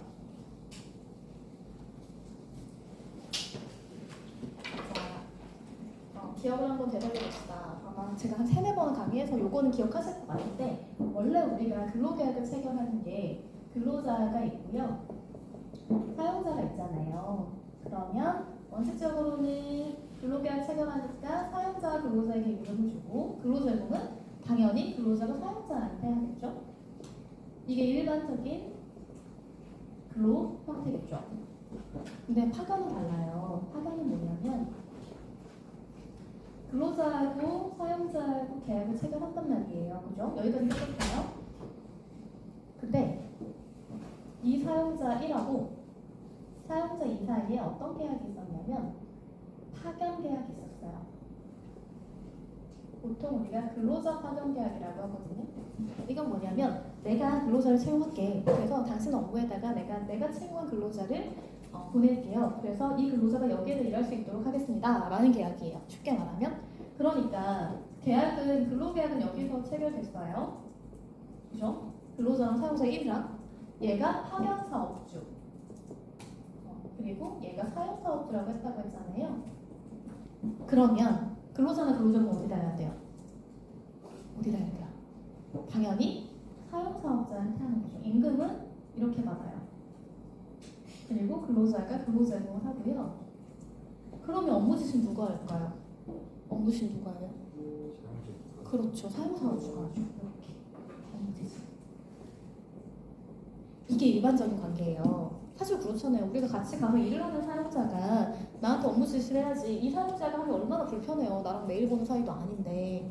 그리고 이 파견 계약은 아까 말씀드렸지만 사용 사유 제한이 있어요. 사유 제한이 있단 말이에요.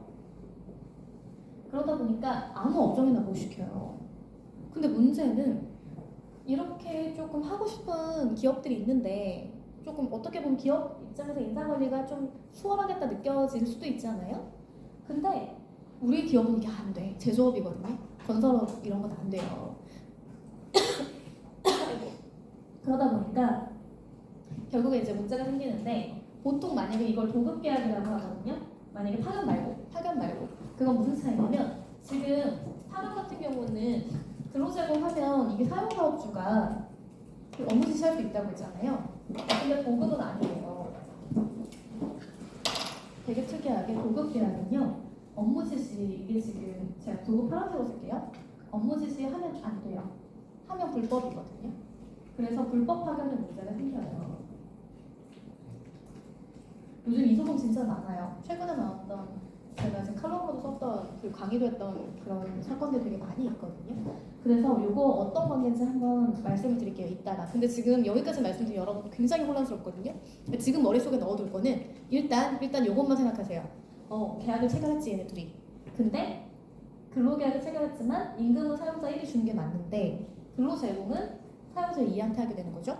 그러면 업무 지시는 파견일 때 사용사유 제한에 해당할 때 그때는 얘가 업무 지시할 수 있다. 그리고 우리 한번 지난번에 봤는데 그냥 한 가지만 더 여기 추가해서 알아둘 건 뭐냐면 만약에 그럴 리 없겠지만 산업재해가 발생을 했어요. 아니면 직장 내 괴롭힘이라든지 그런 게 발생하거나 발생할 우려가 있을 때 누가 사용자일까? 책임은 누구한테 있을까요? 그거 되게 중요하거든요. 둘 다예요. 왜냐하면 파견 사용자는 파견 사업주는 근로계약 체결했잖아요. 거기 안전배려 의무나 보호 의무라고 하거든요. 우리 그때 판례 봤던 거 잠깐 기억 더듬어 보세요. 나오잖아요. 그거 있거든요. 근데 사용 사업주는 사실 나랑 계약 관계가 없어. 그럼 근로자가 무슨 근거로 하냐는 거죠. 그때 우리 판례 봤잖아요. 묵시적으로 계약 내용에 포함되어 있다고. 그래서 안전배려 의무가 있다. 그 정도 생각하시면서 한번 추가로 판례를 좀 볼게요. 자, 파견 사업주와 근로계약을 체결하고 그 고용관계를 유지하면서 사용사업주의 지휘 명령을 받아 업무에 종사하는 근로자가 이제 파견 근로자라고 하는 건데요. 그래서 아까 말씀드렸지만 이 파견 사업주 사용자 1하고 사용자 2, 사용사업주는 파견 근로자 사용에 관한 근로자 파견 계약 체결했다라는 거고요.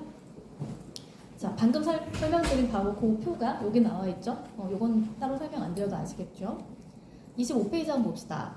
여기 보시면 그 파견이냐 아니냐 이 불법 파견 문제가 벌써 발생하잖아요. 지휘 명령받는 근로자 파견 관계가 아니라서 직접 고용 의무가 없다라는 주장이었는데 보시면 어떤 회사에서 직원이 불법 파견이라면서 근로자 지위를 인정해달라라는 소송을 제기했어요. 왜냐하면 실제적으로 사용사유가 이제 제한이 돼 있는 업종에서 파견을 하게 되면 불법이거든요. 그러면 무조건 고용을 해야 된단 말이에요. 직접 고용 의무라는 게 있어요. 그럴 때 보시면 한국타이어 제가 또 회사명을 사내협력업체 소속 직원으로 일해온 어떤 분이 이제 이 근로자 파견 관계에 있다라고 하면서 종업원 지위 확인 소송을 제기를 했거든요. 그랬을 때 이분이 입사를 해가지고 굉장히 오래됐죠. 92년이니까 입사하셔가지고 타이어 성형이나 아변 재단 일을 하다가 퇴사를 하신 거예요. 그래가지고 그 이후부터는 다른 곳에서 이제 뭐 이렇게 다른 외주화한 다른 곳에서 근무를 하신 다음에 사내협력업체들한테 업무를 이제 맡기게 됐어요. 그래서 이분도 거기로 가시게 된 거예요. 회사를 옮기게 된 거죠. 이들은 타이어를 옮기는 과정에서 타이어와 설비가 눌어붙지 않도록 약품을 도포하는 작업이나 만들어진 반제품을 운반하는 업무 등을 하시게 된 거예요. 그래서 형식적으로는 도급계약을 맺었지만 실제로는 근로자 파견이다 라고 하면서 고용해달라라는 소송을 제기하시게 됐죠. 다음 페이지 한번 보시면 이게 이제 사용사유 제한이라는 건데 지금 파견법에 보면 경비, 청소, 주차관리 같은 되게 제한된 업종들이 있거든요. 그 제한된 업종만 가능하단 말이에요. 근데 아까 제조업 만든다고 그랬잖아요. 그러니까 여기 이 업체도 이 사용사유 제한에 걸려요. 파견하면 안 된단 말이에요. 그래가지고 파견 근로자를 직접 지휘하거나 감독할 수 없다라는 거죠. 그래서 민법상 도급계약을 이용하든지 정직원으로 고용해야 하는 거죠. 근데 이 근로자가 뭐라고 말씀하셨냐면 이 회사가 공정별 생산이나 작업 계획서를 만들어 나눠주고 작업을 지시했다라고 하면서 그 지휘 감독 관계가 성립한다라고 주장을 하는 거예요. 보면 공정별 생산 작업 계획서, 그 다음에 또 두 번째가 뭐냐면 컨베이어 등 자동화 시스템으로 상호 밀접하게 연동돼 있다, 연결돼 있다라는 거죠. 근데 법원이 뭐라고 말냐면 이게 협력업체의 목표만 정했을 뿐 그 목표를 달성하기 위한 작업 방법은 협력업체가 스스로 정한 거다. 그리고 유기성이 존재한다는 건데 진짜 이게요 정말 어려운 것 중에 하나예요. 우리가 쉽게 생각해 봅시다. 보통 어떤 거랑 비교를 많이 하냐면 인테리어. 이게 우리가 그냥 우리 집이라고 생각해 보세요. 여러분 집이에요 여기가. 근데 내가 인테리어를 맡겨야 돼 누구한테. 그 보통 위임계약, 도급계약이잖아요. 근데 조명이 좀 마음에 안 들어. 그래가지고 내가 조명 좀 어떻게 해주세요 말씀을 드려요. 그죠? 그 다음에 뭐 책상이나 예를 들어 뭐 식탁 같은 거 놓는데도 모양 같은 거 색깔이 있잖아요. 컬러. 그런 거 다 되게 세세하게 말씀을 드릴 거잖아요. 그 다음에 기간도 얘기를 해줘요. 기간도 언제까지 해주세요. 그 다음에 뭐 되게 꼼꼼한 사람들은 왜 여행 가도 저도 제 얘기는 하지만 저 그 정도는 아닌데 어쨌든 그래도 다 정하고 간단 말이에요. 근데 정말 꼼꼼한 분들은 막 뭐 예를 들어서 뭐 침대 재료는 뭐고 매트리스는 뭐고 이렇게 굉장히 꼼꼼하게 말씀하시는 분이 있고 확 맡기는 분들이 있어요. 어쨌든 간에 그렇게 했을 때 내가 그 인테리어 업체 사장님이 고용하시는 여러분들이 계실 거 아니에요. 그분들에 대해서 업무 지시를 따로 하진 않잖아요. 다만 이제 말씀을 드리는 거죠. 이렇게 해주세요. 근데 이걸 좀 확대해서 보는 거예요. 그래서 여기 보면 뭐라고 나오냐면 공정별 생산이나 작업 계획서를 만들어줬다는 거예요. 생각해보면 협력업체긴 한데 같은 데서 근무를 한단 말이에요. 이게 약간 여담인데 TMI인데 제가 요즘 타이어 때문에 엄청 고생을 했거든요. 차가 이제 조금 아무래도 약간 문제가 생겨가지고 바람이 계속 빠지는 거예요. 그러니까 경고등 뜨잖아요 뒤에. 근데 운전석 뒷좌석 경고등 4번 떴어요. 갔는데 아무도 원인을 모르는 거예요. 그래서 휠도 막 이렇게 수리하고 막 하다가 결국 어제 저녁에 정말 너무 좋으신 사장님을 발견해서 그분이 고쳐주셨거든요. 그래서 지금은 안 떠요. 타이어의 문제를 확인하고. 근데 네, 그런 것처럼 어쨌든 이렇게 타이어에 갑자기 굉장히 예민하고 사실은 좀 불안했어요. 왜냐하면 이게 언제 바람이 확 빠지면 저는 고속주행도 많이 하거든요. 고속도로를 가야 돼서. 그럴 때 문제 생기면 큰일 나잖아요. 사고 되게 크게 나니까. 그런 생각을 하니까 불량이 있으면 안 돼요. 그리고 납품도 해야 된단 말이에요. 회사가. 왜냐하면 내가 지금 요거를 해가지고 우리가 파는 게 아니고 다른 회사에 넘겨가지고 수출하는 경우도 있고 그러면 또 그 회사에서 나한테 원하는 납품 기한이 있을 거잖아요. 그런 걸 다 고려해 봤을 때 이제 고민스러우니까 이런 것들을 만들어 주는 거예요. 매뉴얼. 그리고 이제 이런 걸 만들어 줘야 분량이 덜 나요. 근데 그걸 줬다고 해서 이게 직접적인 업무 지시일까? 그러니까 이제 실제로 이 회사에서 하청업체 직원분들한테 직접적으로 이거 해주세요, 저거 해주세요 안 하셨어요. 안 하셨지만 이런 매뉴얼 자체가 업무 지시한 거 아니야라고 주장할 수 있잖아요. 그러니까 그 문제인 거예요. 이 업무 매뉴얼이 과연 되느냐 안 되느냐. 이건 지금도 판례가 케이스마다 굉장히 다르거든요.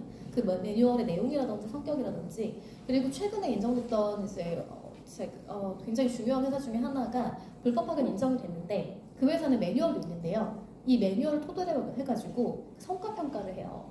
그래가지고 금액을 깎거나 뭐 더 주거나 약간 그렇게 하거든요. 그러니까 그런 시스템을 봤을 때 전체적으로 이게 업무 지시냐 아니냐에 대해서 매우 중요하게 보는 것 중에 하나예요. 근데 여기서는 지금 아니라고 봤잖아요. 매뉴얼일 뿐이고 이거는 줘야 업무를 할 수 있는 거 아니야? 이렇게 봐가지고 이건 업무 지시가 아니라고 봤는데 경우에 따라서는 이 매뉴얼 자체도 업무 지시라고 보는 경우들이 좀 있어요. 그러니까 그건 케이스마다 좀 다르다라고 생각하시면 좋을 것 같아요. 자, 그 다음에 27페이지 한번 보시면 그래서 다 그런 내용인데 요거 잠깐만 한번 읽어보세요. 왜 안 됐는지 제가 설명한 그런 내용이거든요. 27페이지.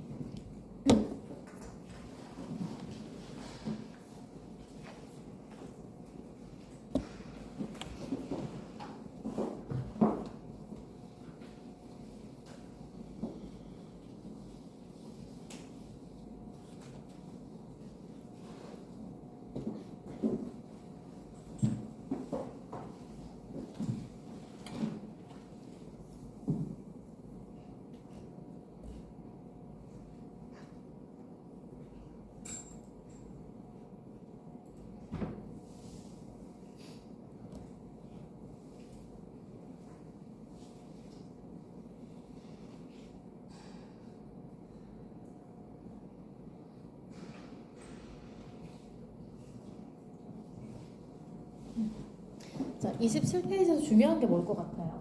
중요한 거. 지금 보시면 그때 왜 제가 예전에 한번 설명드린 적이 있는데 동작이 이렇게 있잖아요. 이렇게 우리가 동작이라고 생각해봐요. 그럼 라인이 1, 2, 3, 4, 5, 6이 있을 거예요. 근데 이제 그 근로자들 입장은 어쨌든 여기 1에서부터 6까지 정규직과 우리 하청업체 근로자들 똑같이 일을 했기 때문에 그러면 우리 같이 일하는 거지.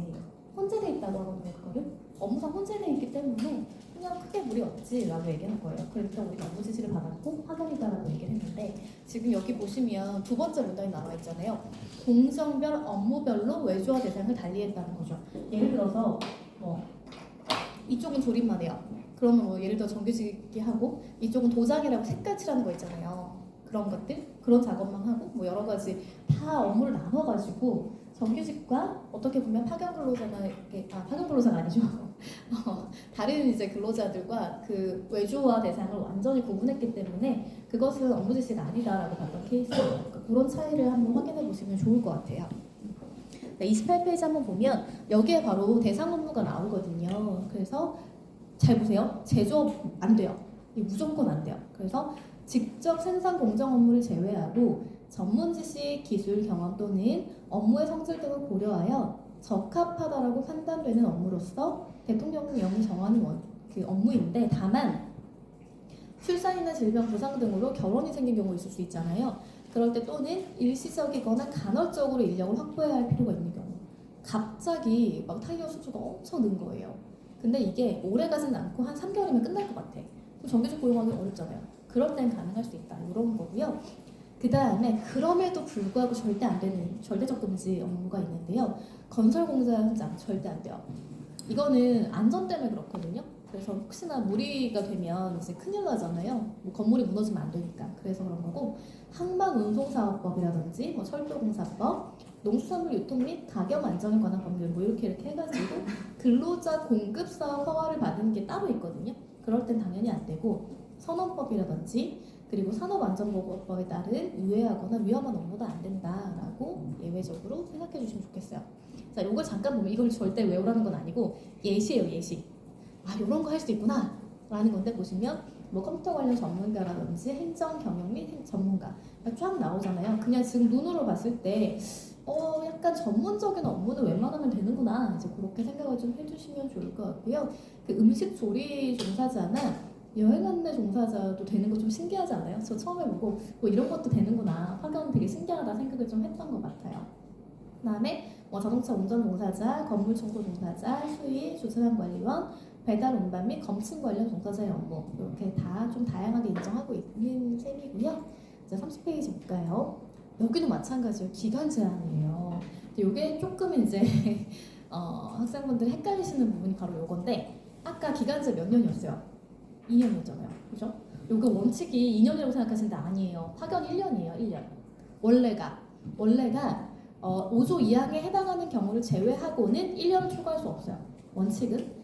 그럼에도 불구하고 파견 사업주나 사용 사업주, 파견 근로자 간의 합의가 있을 경우에는 파견 기간을 연장할 수 있고 그 연장 기간이 1년을 초과할 수 없는데 총 기간이 2년이에요. 근데 결론적으로 총 기간 2년은 맞는데 원칙적으로는 딱 1년이다. 그렇게 생각해 주시면 좋겠고요. 그럼에도 불구하고 아까 우리 봤잖아요. 고용상 연령차별 금지 및 고령자 고용 촉진에 관한 법률에 고령자의 파견 근로자에 대해서는 2년을 초과해서 근로자 파견 기간 연장할 수 있다라는 거 아까 기간제법하고 똑같은 취지였어요. 그리고 출산, 질병, 부상 등 그 사유가 객관적으로 명백한 경우에는 이 사유가 없어지는 데 필요한 기간인데요. 여기 2호가 문제인데 일시적이거나 간헐적으로 인력을 확보할 필요가 있을 때 근데 이제 회사는 우리는 6개월인데도 좀 일시적이긴 해. 예를 들면 뭐 1년 정도? 뭐 이렇게 얘기할 수 있고 근로자 입장에서는 너무 긴데요? 뭐 이렇게 너무 길잖아. 무슨 1년이 솔직히 일시적이라고 볼 수 있나? 뭐 이렇게 얘기할 수 있잖아요. 그럴 때 보면 원칙은 3개월 이내의 기간이고요. 다만 해당 사유가 없어지지 아니하고 파견 사업주, 사용 사업주, 파견 근로자 간 합의가 있으면 한 번 더 연장할 수 있어요. 같은 기간 내. 아시겠죠? 그러니까 너무 길으면 당연히 안 되는 거예요. 자, 31페이지 볼게요. 그리고 요 의무 때문에 소송이 되게 많은 건데요. 사용 사업주가 다음 각호의 어느 하나에 해당하는 경우 직접 고용해야 한다예요. 그래서 만약에 아까 업무 지시하면 안 됐잖아요. 그러니까 파견 말고 도급에서 파견만 할 수 있잖아요, 업무 지시. 근데 업무 지시를 했단 말이에요. 그럼 그 불법 파견이거든요. 그럼 무조건 고용해야 되는 거예요. 아까 그 근로자들이 승소를 하셨다고 하면 이제 그 회사의 근로자가 되는 거죠. 고용 의무가 있으니까 그런 건데요. 보시면 근로자 파견 대상 업무에 해당하지 아니하는 업무에서 파견 근로자 사용하는 경우, 그 다음에 규정을 위반해서 파견 근로자 사용하거나 2년을 초과해서 사용하거나 이런 때 깍 하지 말라고 했던 거 있었잖아요. 그거 어기면 무조건 다 직접 고용해야 될 의무가 있다라고 생각하시면 돼요. 자, 그래서 파견 기간 도과 및 불법 파견, 직접 고용 의무 규정의 법률 효과가 뭔지를 보셔야 되는데 2년 이상 사용 초과 시 및 불법 파견 시에 사용사업주에게 파견 근로자를 직접 고용해야 할 법적 의무가 부과되고요. 이행하지 않았을 때는 과태료에 처해질 수 있는데 그러면 이제 이런 문제가 생기는 거예요. 처음에 나왔을 때 의무가 있는데 이거 어기면 어떻게 되지? 어떻게 해야 되지? 법원이? 약간 이런 문제가 생겼거든요. 그래서 파견 근로자가 직접 고용 선고권을 갖는다라는 게 하나가 있었고 법원이 강제 집행이나 고용의사를 명하는 판결할 수 있다. 뭐 이렇게 여러 가지가 있는데 그러니까 결국 무슨 말이냐면 의무는 있죠. 의무는 있잖아요. 예를 들어서 한번 생각해보세요. 이게 아까 절대 안 되는 게 건설이었잖아요. 건설업이었는데 여기서 이런 거죠. 이제 원래 아까처럼 해볼게요. 도급 계약을 체결했어요. 그래서 A가 B에게 그래서 여기가 그냥 우리 쉽게 도급사가 A고요. 이제 회사가 도급 계약을 체결했단 말이에요. 그리고 나서 이제 B가 근로자를 채용했어요. 그래가지고 C라는 근로자하고 근로계약을 체결했거든요. 그래가지고 이제 도급사가 B한테 어떤 건물 하나를 언제까지 해주세요. 건설해주세요라고 얘기를 한 거죠.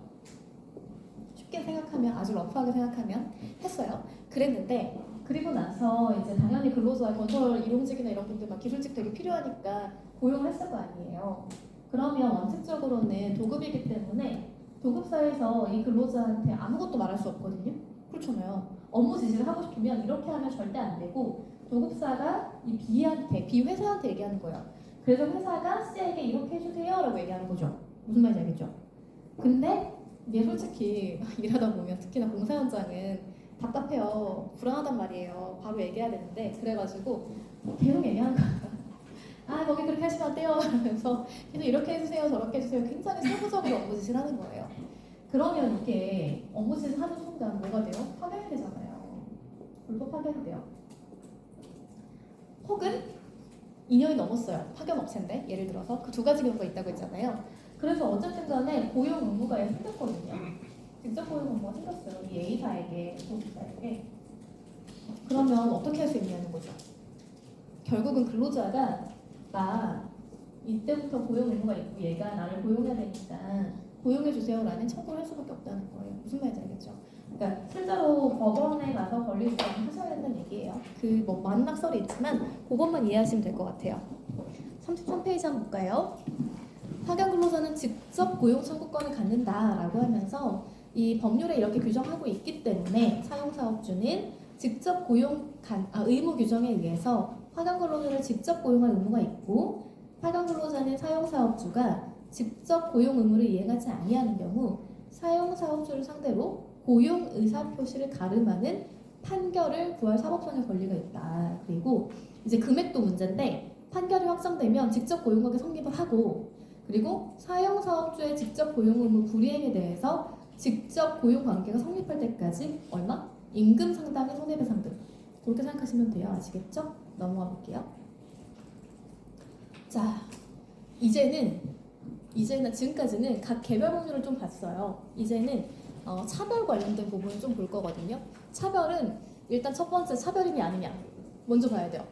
거기에는 비교 대상 근로자가 있느냐, 동일 요소한 근무가 있느냐, 업무가 있느냐 결국 그건데 한번 보시면 일단 기간제법 8조에 있거든요. 사용자는 기간제 근로자 행위 이유로 방해 사업 또는 사업장에서 동종 또는 유사한 업무에 종사하는 기간의 정함이 없는 근로계약을 체결한 근로자에 비해서 차별적 처우를 해서는 아니 된다. 이게 첫 번째고요. 이 항 보시면 똑같은 내용인데 단시간 근로자인 거죠. 그 다음에 그 다음 거 보시면 파견법인데요. 똑같아요. 파견 근로자의 이유로 차별적 처우를 해서는 안 된다라는 거거든요. 이게 다 사실 개별적인 요건들이 있는데 한번 볼게요. 이게 그 비정규직 근로자 보호에 관한 아까 문제가 많이 발생했잖아요. 그래가지고 2006년 12월에 이 법이 이제 제정이 되고 그 다음에 파견 근로자 보호 등에 관한 법률 개정이 되면서요. 처음부터 이 제도가 있었던 게 아니고 시행됐던 게 아니고 2007년 7월 1일부터 시행이 되게 됐어요. 그러면서 노동위원회에다가 시정을 이제 신청하는 거죠. 차별이 있으니까 시정해달라라는. 다만 차별적 처우가 있은 날로부터 6개월이 경과했을 때는 그렇지 않아요. 마찬가지로 기간 제한이 좀 있고요. 파견 근로자도 똑같이 시정을 신청할 수 있는데 그러다 보니까 뭔가 이렇게 비용이나 어떤 차별적 처우가 발생했다고 하면서 노동위원회 오시는 경우가 있고요. 근데 좀 이게 어떻게 보면 길어지잖아요. 기업 인정 안 할 거니까. 그럼 바로 그냥 민사로 가는 경우가 있어요. 내가 차별받았기 때문에 금액을 얼마 달라 이렇게 하시는 경우도 꽤나 있다는 거죠. 36페이지 보면 그래서 구제 신청을 하면 일단 제일 중요한 게 비교제 대상자예요. 아니 우리 그렇잖아요. 차별이 있대. 그럼 내가 누구랑 차별했냐고 물어볼 거 아니겠어요, 회사가? 그러니까 그 근로자가 있는지가 매우 중요해요. 결국은 이 차별 판단에 관한 판단은 사실 90%는 저 비교 대상 근로자가 있느냐 없느냐예요. 근데 제가 그 논문 썼을 때도 마찬가지였지만 우리나라에서 저 비교 대상 근로자 인정이 굉장히 어렵거든요. 그러다 보니까 판단 기준을 좀 마련해야 된다 뭐 이런 거였는데 어쨌든 저걸 선정한 다음에 차별 요무를 보고요. 차별이 있을 수 있어요. 월급이 다를 수 있단 말이에요. 그럼 그 차별에 합리적인 이유가 있냐? 우리 왜 일반적인 차별도 마찬가지잖아요. 그러니까 그 예를 들면 어떤 A랑 B가 급여가 달라요. 근데 실질적으로 A는 굉장히 어려운 일을 하고 있어요. 책임도 막중하고. 근데 B는 그거에 비해서는 약간 편안하고 어떻게 보면 그렇게 난이도 높지 않고 책임도 거의 없어요. 그러면 당연히 급여 달라야 되는 거 아니에요? 그걸 가지고 차별이라고 말할 수는 없잖아요. 근데 반대로 본질적으로 이 업무가 동일하고 유사해요. 근데 쟤는 나보다 100만 원 더 받아. 이유가 없어요. 이거 차별 아니에요? 그런 얘기 하는 거예요. 지금 보시면 우리 밑줄만 좀 볼까요? 동종 또는 유사한 업무에 해당하는지 여부는 취업규 측이나 근로계약에서 정한 업무 내용이 아니고요. 근로자가 실제 수행해온 업무를 기준으로 판단하되 이들이 수행하는 업무가 서로 완전히 일치하지 않고 업무의 범위나 책임과 권한 등에서 다소 차이가 있더라도 주된 업무의 내용에 본질적인 차이가 없다면 특별한 사정이 없는 한 이들은 동종 또는 유사한 업무에 종사한다라고 보는 건데 실무에서는 이게 제일 어려워요. 정말 동일한 업무냐, 유사한 업무냐 이게 제일 어렵고 그 다음에 합리적 이유를 한번 보시면 여기 차별적 처우가 그 임금 그 밖의 근로 조건에서 합리적인 이유 없이 불리하게 처우하는 경우를 말한다라고 이렇게 나와 있잖아요. 이게 뭐냐면 사용자가 임금 그 밖의 근로 조건 등에서 기간제 근로자와 비교 대상 근로자를 다르게 처함으로써 기간제 근로자에게 발생하는 불이익 전반을 의미하는 거죠. 합리적인 이유가 없는 경우라고 하면 기간제 근로자를 다르게 처우할 필요성이 인정되지 않거나 그죠? 아예 필요가 없어요. 똑같은 업무라서 뭐 권한도 똑같고 난이도도 똑같아요. 아니면 다르게 처우할 필요성이 인정되는 경우에도 그 방법이나 정도 등이 적정하지 않은 경우. 약간 뭔가 조금 업무가 다른 건 맞아요. 그래서 급여를 달리 줘야 되긴 하는데 그 차이가 한 뭐 10만 원, 20만 원이면 되는데 내가 100만 원 적게 받으면 그건 적정하지 않지 않나요? 그렇죠? 그런 얘기하고 있는 거예요. 자, 그리고 합리적인 이유가 있는지는 개별 사안에서 문제된 불리한 처우의 내용과 사용자가 불리한 처우의 사유로 사는 사정 등을 기준으로 고용 형태라든지 업무의 내용과 범위, 권한과 책임 뭐 이런 것들을 종합적으로 고려한다라고 나와 있고요. 여기 보시면 차별 비교 대상이 좀 넓어졌다라고 하면서 그 동일 범위 안에서 동종 유사성을 인정한다라는 건데요. 여기 보시면 아래 여기 제가 지금 보고 있는 세 번째 문단 이 기간제 근로자 A가 수당과 성과급을 받지 못하면서 이제 이 소송이 시작이 됐는데요. 원래 이분이 노숙인이셨거든요. 그래가지고 이제 2011년 5월에 노숙인 일자리 사업을 통해서 의료원에 입사를 하시게 된 거죠. 그래가지고 이제 이렇게 계약직 보조원으로 배정된 후에 여러 번 계약 갱신을 하시면서 근무를 꽤 오래 하시게 됐어요. 그리고 나서 일자리 사업에 도움을 받아가지고 그 다음에 2월에 재입사했다가 더 몇 년간 일을 하시고 2017년 1월에 퇴사하시게 된 거죠. 근데 이때 이 중앙공급실 직원이 이제 멸균이나 세탁물을 관리하는 업무를 담당했는데 보조원이 정규직이 있고요. 그다음에 무기계약직 한 분 계시고 기간제 다섯 분 이렇게 계시는 거예요. 그러니까 어떻게 보면 업무를 같이 하는데 이렇게 달라요. 업무 형태가 고용 형태가. 그래가지고 1급제 계약직은 사실은 이분이 유일했던 거예요. 그리고 보조원들은 물품 멸균이나 세척, 세탁물 관리를 나눠서 맡은 거고요. A씨하고 정규직 보조원이 하는 일이 사실상 같았대요. 그러면 이제 느낌이 오죠. 차별이 될 수 있겠구나. 이제 그렇게 해서 차별에 관한 문제를 제기를 하신 거죠. 자, 다음 거 한번 볼까? 잠깐만요. 아이고, 이거 뭐야? 잠깐만요. 여기 있다.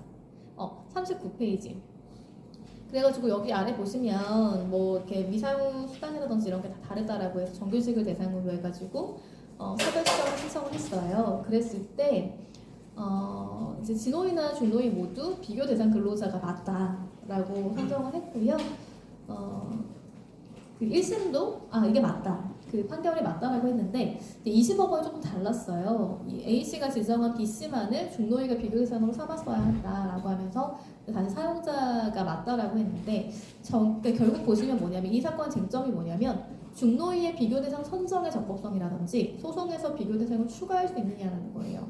대법원은 비교 대상 선정에 적법했다는 취지로 원심을 뒤집었는데 비교 대상 근로자의 선정을 지나치게 엄격하게 보면 차별 여부에 대한 실체 판단에 나아갈 수 없기 때문에 차별 시정 제도를 통한 근로자 구제가 미흡할 수 있다라고 하면서 직권주의 등을 고려하면 노동위원회는 신청인이 주장한 비교 대상 근로자와 동일성이 인정되는 범위 내에서 조사 심리를 거쳐 적합한 근로자를 비교 대상 근로자로 선정할 수 있다. 이게 무슨 말이냐면 이게 쉽게 설명해 볼게요.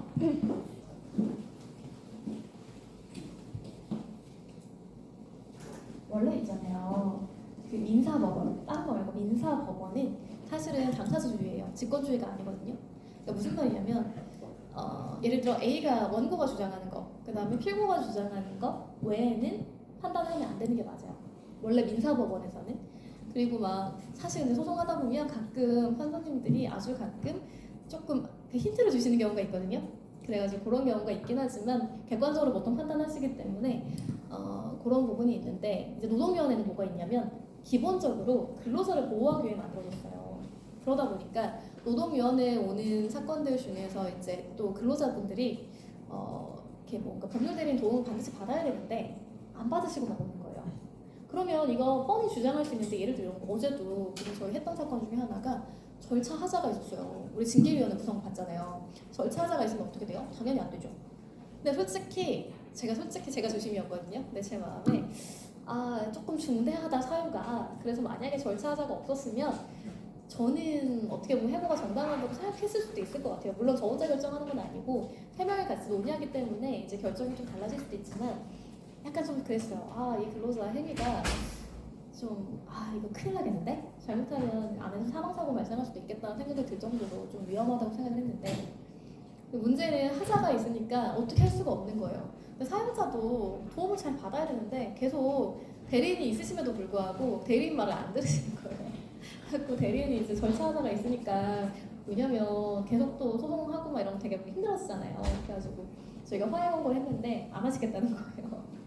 그래서 결국 훨씬 더 많은 이제 금액을 지불하시게 되는 그런 상황이 발생했는데 어쨌든 그런 게 있다 보니까 기본적으로 근로자분들이 오셔가지고 얘기하시는 거에 대해서 저희가 뭐 아주 100%는 아니지만 정말로 꼭 필요한 경우에는 약간 개입을 할 수 있거든요. 근데 이런 것도 마찬가지인 게 지금 보니까 근로자가 비교 대상 근로자로 2명을 얘기를 한 것 같아요. 나랑 비슷한 일을 하는 정규직 근로자 2명이다. 근데 진호에서 보니까 이제 뭔가 이상한 거예요. 그 2사람으로 안 될 것 같아. 근데 보니까 비슷한 업무를 하는 다른 근로자가 비교 대상 근로자가 될 것 같은 거예요. 이분 보니까 차별받은 게 맞아. 그러면 그걸 좀 시정해줘야 될 필요가 있잖아요.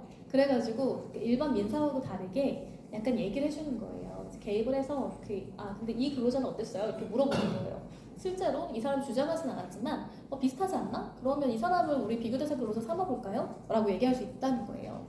그랬을 때 이제 1심이나 2심, 1심은 아니었지만 항소심에서는 뭐라고 얘기했냐면 야 근데 이거 진호이가 니네 그런 권한이 어딨어. 주장할 것만 얘기해야지. 너무 편들어주는 거 아니야? 쉽게 말하면 그렇게 생각했다는 거예요. 근데 그게 아니라 대법원 뭐라고 하냐면 대법원에서는 노동위원회가 직권주의의 성향이 있거든요.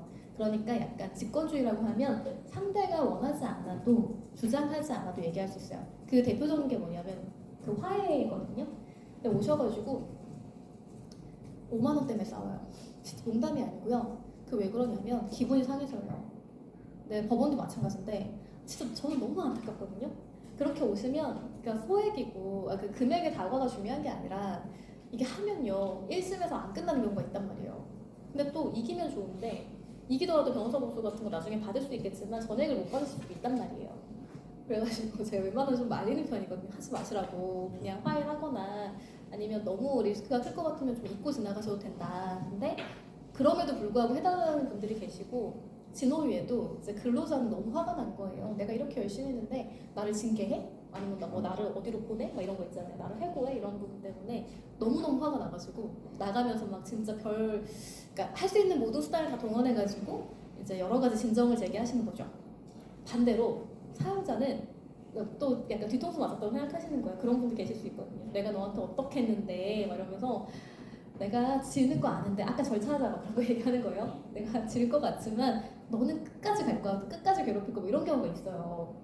저희가 볼 때는 너무 쓸데없잖아요. 우리 인생 할 일이 얼마나 많은데 화가 나지. 화가 나고 뭐 내가 손해보더라도 뭐 어떻게 좀 해주고 싶은 마음도 생길 수 있지만 좋은 건 아니잖아요. 그래가지고 웬만하면 화해하자라고 해서 쌍방이 다 원하지 않을 때라도 나 화해 의사 없어요 라고 얘기할지라도 해보는 경우들이 있어요. 근데 이제 최근에는 너무 민원이 많아가지고 마치 저희는 사실 이런 의도 때문에 그러니까 이런 거죠. 근로자 입장에서 근로자가 이기더라도 회사가 계속 가면 안 좋아요. 언제 돈 받을지도 모르고 또 변호사 보수나 뭐 이렇게 보수를 내셔야 되잖아요. 그리고 혼자 하면 질 가능성이 매우 높고 그리고 반대로 회사 입장에서는 질 것 같으니까 아까처럼 너무 안쓰러워요. 안쓰러운데 근데 하자는 어떻게 할 수가 없잖아 절차는. 그래서 저희가 너무 질 게 뻔하니까 그러면 그냥 종료하면 제일 좋잖아요. 근로관계를. 그래서 화해 시작하는 건데 왜 근로자 편만 드냐고 막 이렇게 민원을 자꾸 제기하셔가지고 최근에는 조금 어렵긴 해요. 근데 어쨌든 간에 원하지 않아도 할 수 있는 게 바로 그런 거예요. 직권주의 요소가 있기 때문에 마찬가지로 비교대상 근로자도 그렇게 할 수 있다라고 이해해 주시면 좋겠어요. 자, 40페이지 넘어가 볼게요. 그래서 아까 요거는 그냥 한번 읽어보시면 될 것 같아요. 이렇게 판단했구나 정도로 이해하시면 좋겠고요. 그 다음에 41페이지 새로운 케이스인데 이거 파견 근로자들을 직접 고용할 때 적용할 근로조건 아까 기간제가 무기계약직 될 때랑 조금 유사한 성격이 좀 있거든요. 그런 내용인데 보시면 파견 근로자와 동종 유사 업무를 수행하는 사용사업주의 근로자가 없는 경우에 직접 고용할 때 어떻게 해야 되냐라는 건데요. 여기 보시면 사용사업주의 근로자 중 해당 파견 근로자와 동종 유사한 업무를 수행하는 근로자가 있는 경우에는 해당 근로자에게 적용되는 취업규칙 등에 정하는 근로조건 있으면 제일 좋아요. 근데 없을 수 있거든요. 파견 근로는. 그러면 해당 파견 근로자의 기존 근로조건의 수준보다 저하돼서는 안 된다라고 법이 명확히 하고 있어요. 그러니까 동종 유사한 근로자가 있으면 그 근로자의 근로조건, 없으면 기존의 근로조건보다 저하돼서는 안 된다라는 거죠. 그래서 사용사업주가 근로자 파견 관계를 부인하는 등으로 인해서 자체적으로 근로조건을 형성하지 못한 경우에는 법원은 개별적인 사안에서 근로의 내용이나 가치, 사용사업주의 근로조건 등에 이제 다 봐서 다 해가지고 그 근로자에게 적용한 근로조건의 내용 등을 종합해서 사용사업주와 파견 근로자가 합리적으로 정하였을 근로조건을 적용할 수 있다는 거예요. 그래서 어쨌든 그것도 법원이 결정 가능하다라는 취지의 판결이고요. 그 내용이니까 한번 그냥 읽어보시면 이거는 크게 문제는 안 될 것 같고 42페이지는 43페이지 한번 볼게요.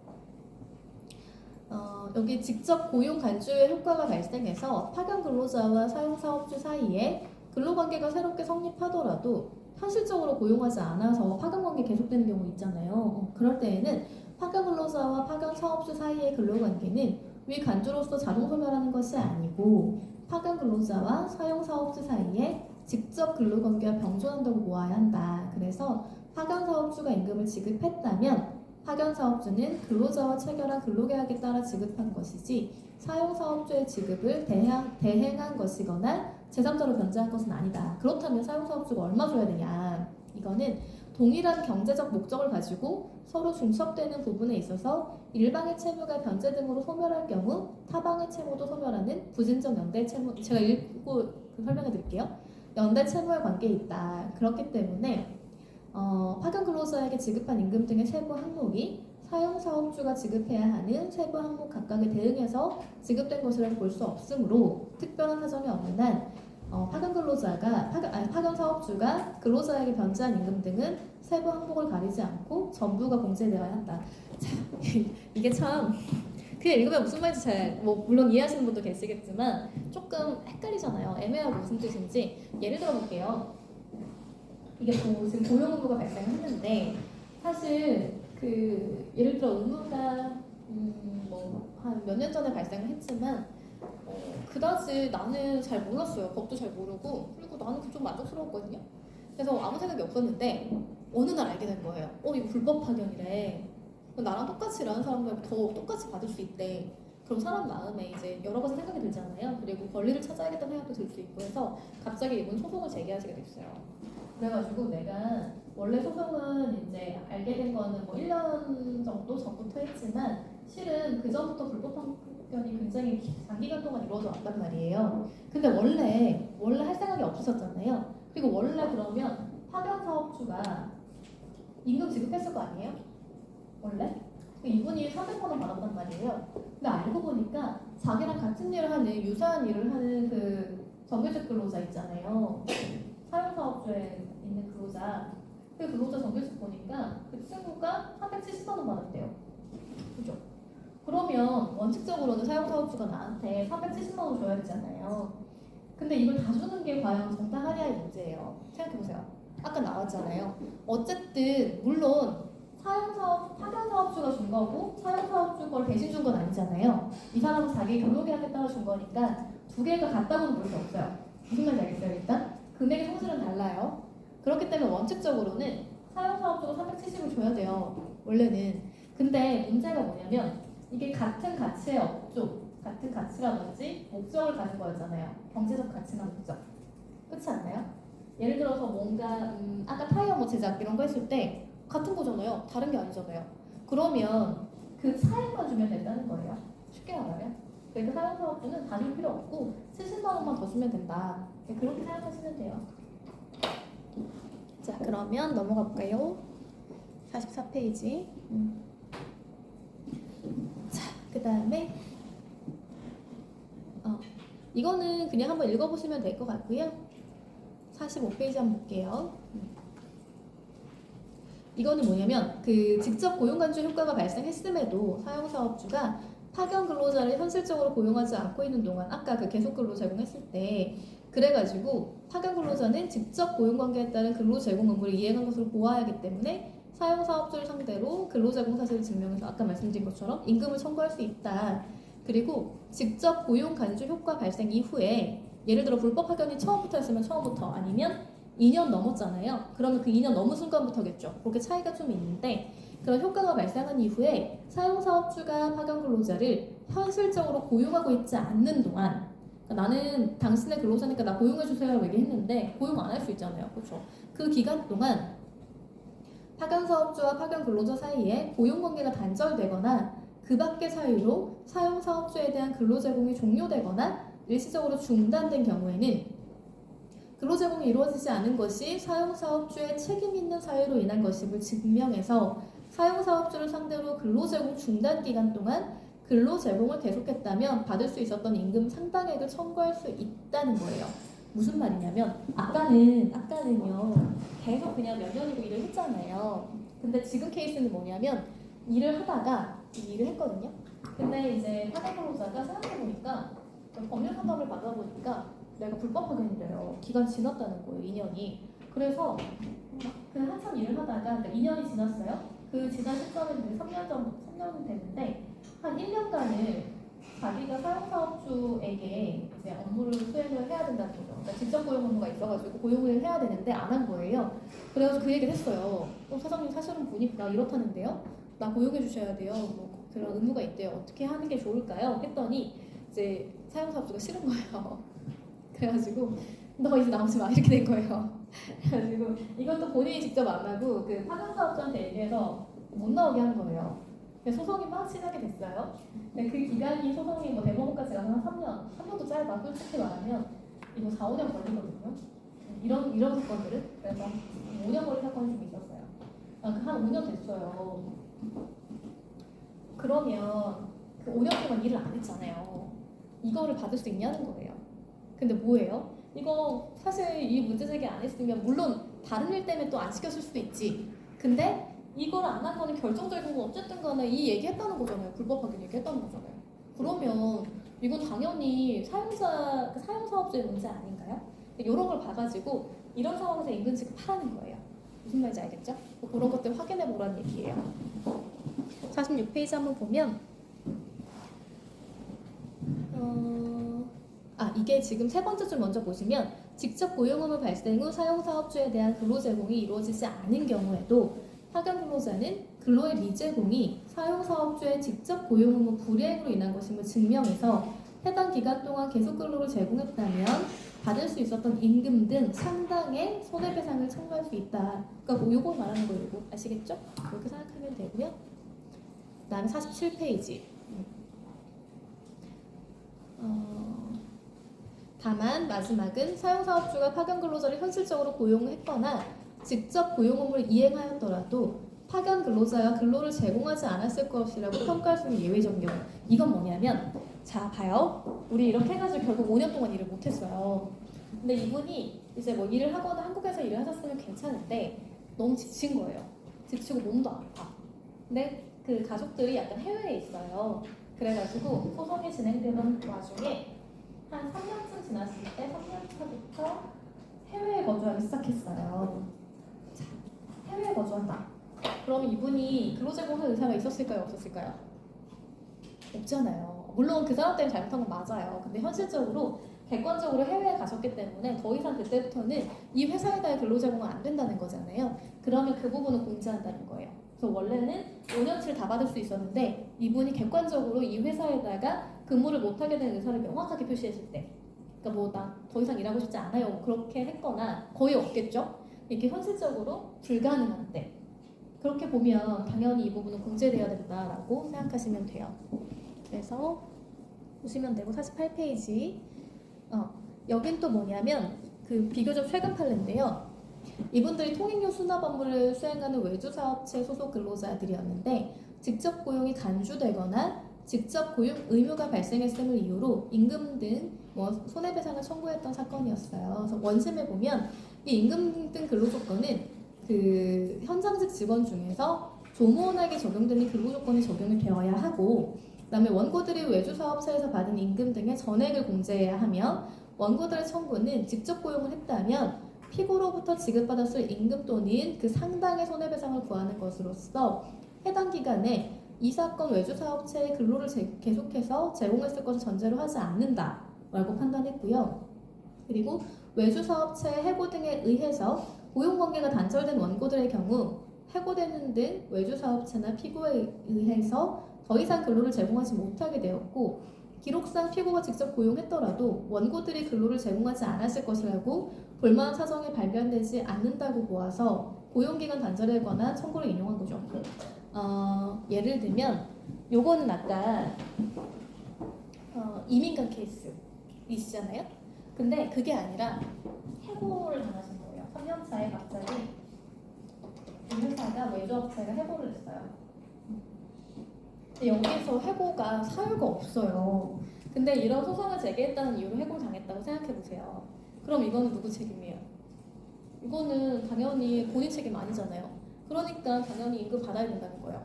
반대로 이 근로자가 소송을 제기해서 했고 근로제공할 의사도 있었거든요.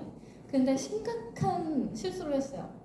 굉장히 중대한 실수를 해가지고 회사가 더 이상 못 구할 수 없어요. 아니면 아예 고의로 이 회사에 진짜 막대한 손해를 입힌 거예요. 그러면 그거는 정당한 해고 아니에요? 무슨 말인지 제가 지금 무슨 말인지 알겠죠? 그러니까 이게 해고든 뭐 어떤 사유든 간에 근로관계 단절이 있으면 근로관계 단절이 누구 때문이냐는 거예요. 이게 사용사업주 때문이냐 아니면 근로자 때문이냐 그걸 판단해가지고 임금 지급에 관한 기준을 한번 설정해 보라는 취지의 판결이에요. 자, 49페이지 한번 볼게요. 자, 이렇게 법리를 설치하시면서 피고는 이 예규를 적용해서 고용 간주되거나 고용 의무 대상인 파견 근로자들의 근로조건을 정하고 원고들이 이 사건 외주업체에서 받은 임금 등의 전액을 공제해야 된다라고 판단했고, 외주사업체 해고 등에 의해서 고용관계가 단절된 원고들의 경우에는 고용관계 단절 기간에 대한 청구를 모두 인용했다라고 보는 거죠. 자, 그 다음에 50페이지 한번 보시면, 자, 우리 내용 되게 많죠. 실제로는 자, 우리 몇 페이지였지 지금? 거의 뭐 한 대여섯 페이지 넘어가잖아요. 네, 실제 케이스는 더 복잡해요. 원래는 판결문이 훨씬 더 길고 제가 들고 들어오는 건 솔직히 되게 조금만 아주 매우 중요한 그런 것들만 가지고 들어오는데, 사실은 저런 것들 전부 분석해야 된다 그냥 생각하시면 돼요. 그거 한번 보여드리고 싶었고, 그리고 저 케이스 굉장히 중요한 케이스거든요. 그러니까 그 판단 기준은 여러분이 한번 생각해 보시면 좋겠어요. 자, 이제 마지막 테마인데 무기계약직. 여러분 진짜 얼마 안 남았어요.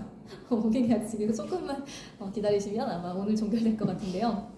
보시면 근로계약 기간에 정함이 없지만 승진이나 보수체계 등에 있어서 일반적인 정규직과는 다른, 그러니까 일반적으로 조금 낮아요. 상대적으로 낮은 근로조건을 보장받는 근로자이고, 과거에는 준정규직, 준규직이라는 용어를 사용하기도 했어요. 이 무기계약직이 발생한 배경을 좀 보면 그 은행권에 조금 많이 있었거든요. 기존의 비정규직이었던 근로자를 대대적으로 무기계약직 전환을 했고요. 대표적인 케이스가 콜센터 상담원 분들이셨어요. 근데 이게 문제가 아까 말씀드렸잖아요. 근로조건이 안 변해.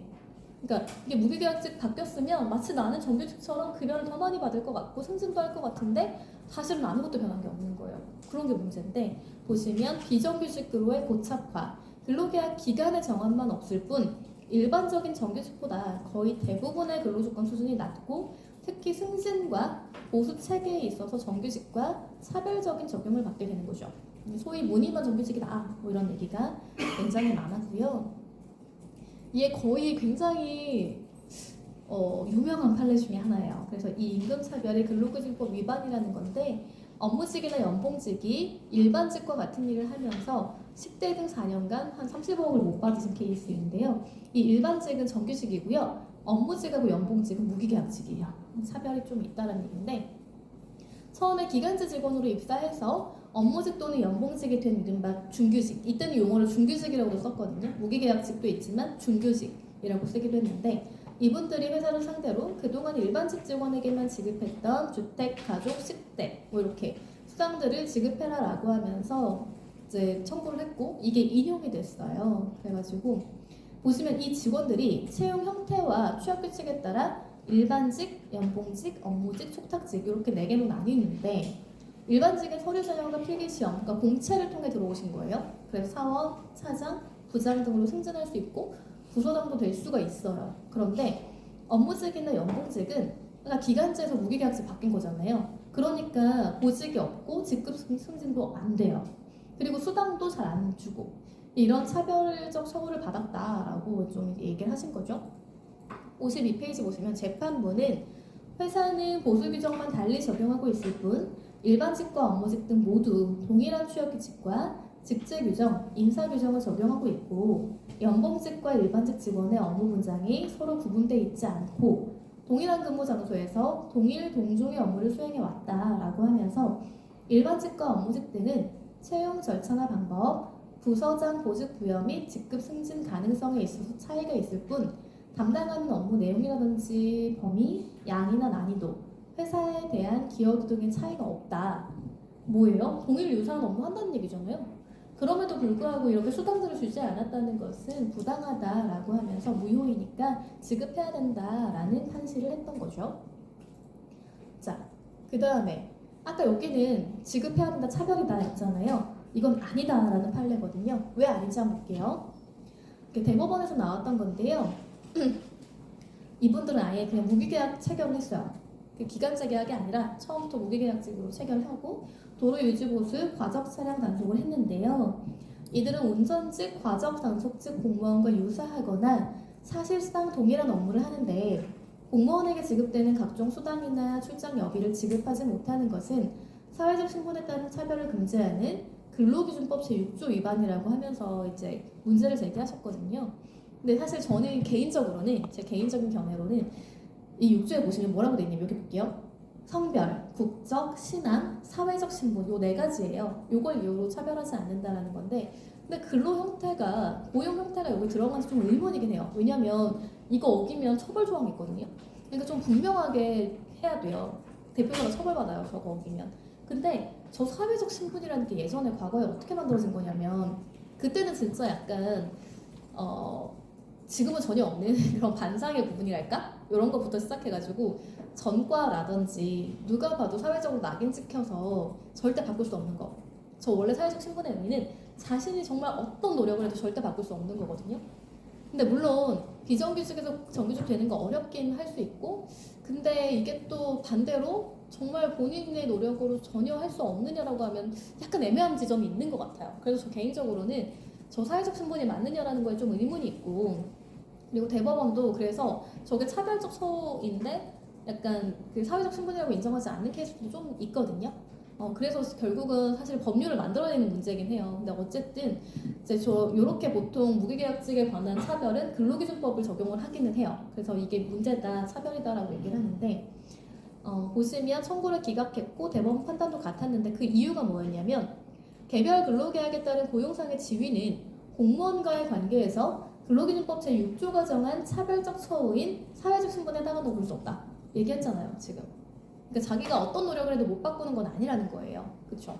그래서 이렇게 뭐 낙인 찍히는 그런 게 아니기 때문에 사회적 신분이 아니다. 그리고 차별인지 판단하려면 비교 대상이 되는 두 집단 간 일정 수준의 동일성이 인정돼야 하는데 무기계약직 근로자 집단과 공무원 집단의 차이가 많다고 봤어요.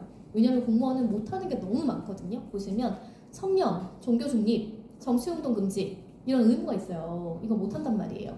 그리고 법률에 따라 노동 3권 행사가 제한이 돼요. 당연하지 않겠어요? 공무원인데 갑자기 막 어렵거든요. 제한 규정이 있어요. 그리고 공무원의 근무나 보수 체계가 다르다. 그래서 업무 내용의 유사한 부분이 있다고 해서 같은 처우가 보장되어야 한다고 보기 어렵다는 게 다수 의견이에요. 다만 항상 반대 의견도 있거든요. 보시면 정부가 무기계약직 근로자들에게 지급하지 않는 것은 합리적인 이유가 없는 차별 대우라고 보면서 무기계약직이라는 지위는 자기 의사나 능력으로 쉽게 회피할 수 없고 한 번 취득하면 장기간 지속되기 때문에 사회적 신분으로 봐야 한다라고 해서 아예 그냥 사회적 신분을 인정했고 그 다음에 공무원들과 무기계약직 근로자들이 비슷한 업무를 처리한다면 비교 대상인 동일 집단으로 인정해야 된다라고 주장했다는 거죠. 그래서 그 부분에 대해서 조금 한번 이게 케이스에 따라 다를 수 있다. 그리고 사실관계에 따라 좀 다를 수 있다라고 생각해 주시면 좋겠어요. 자, 오늘 조금 빨리 달렸는데 일단 공식적으로 여기서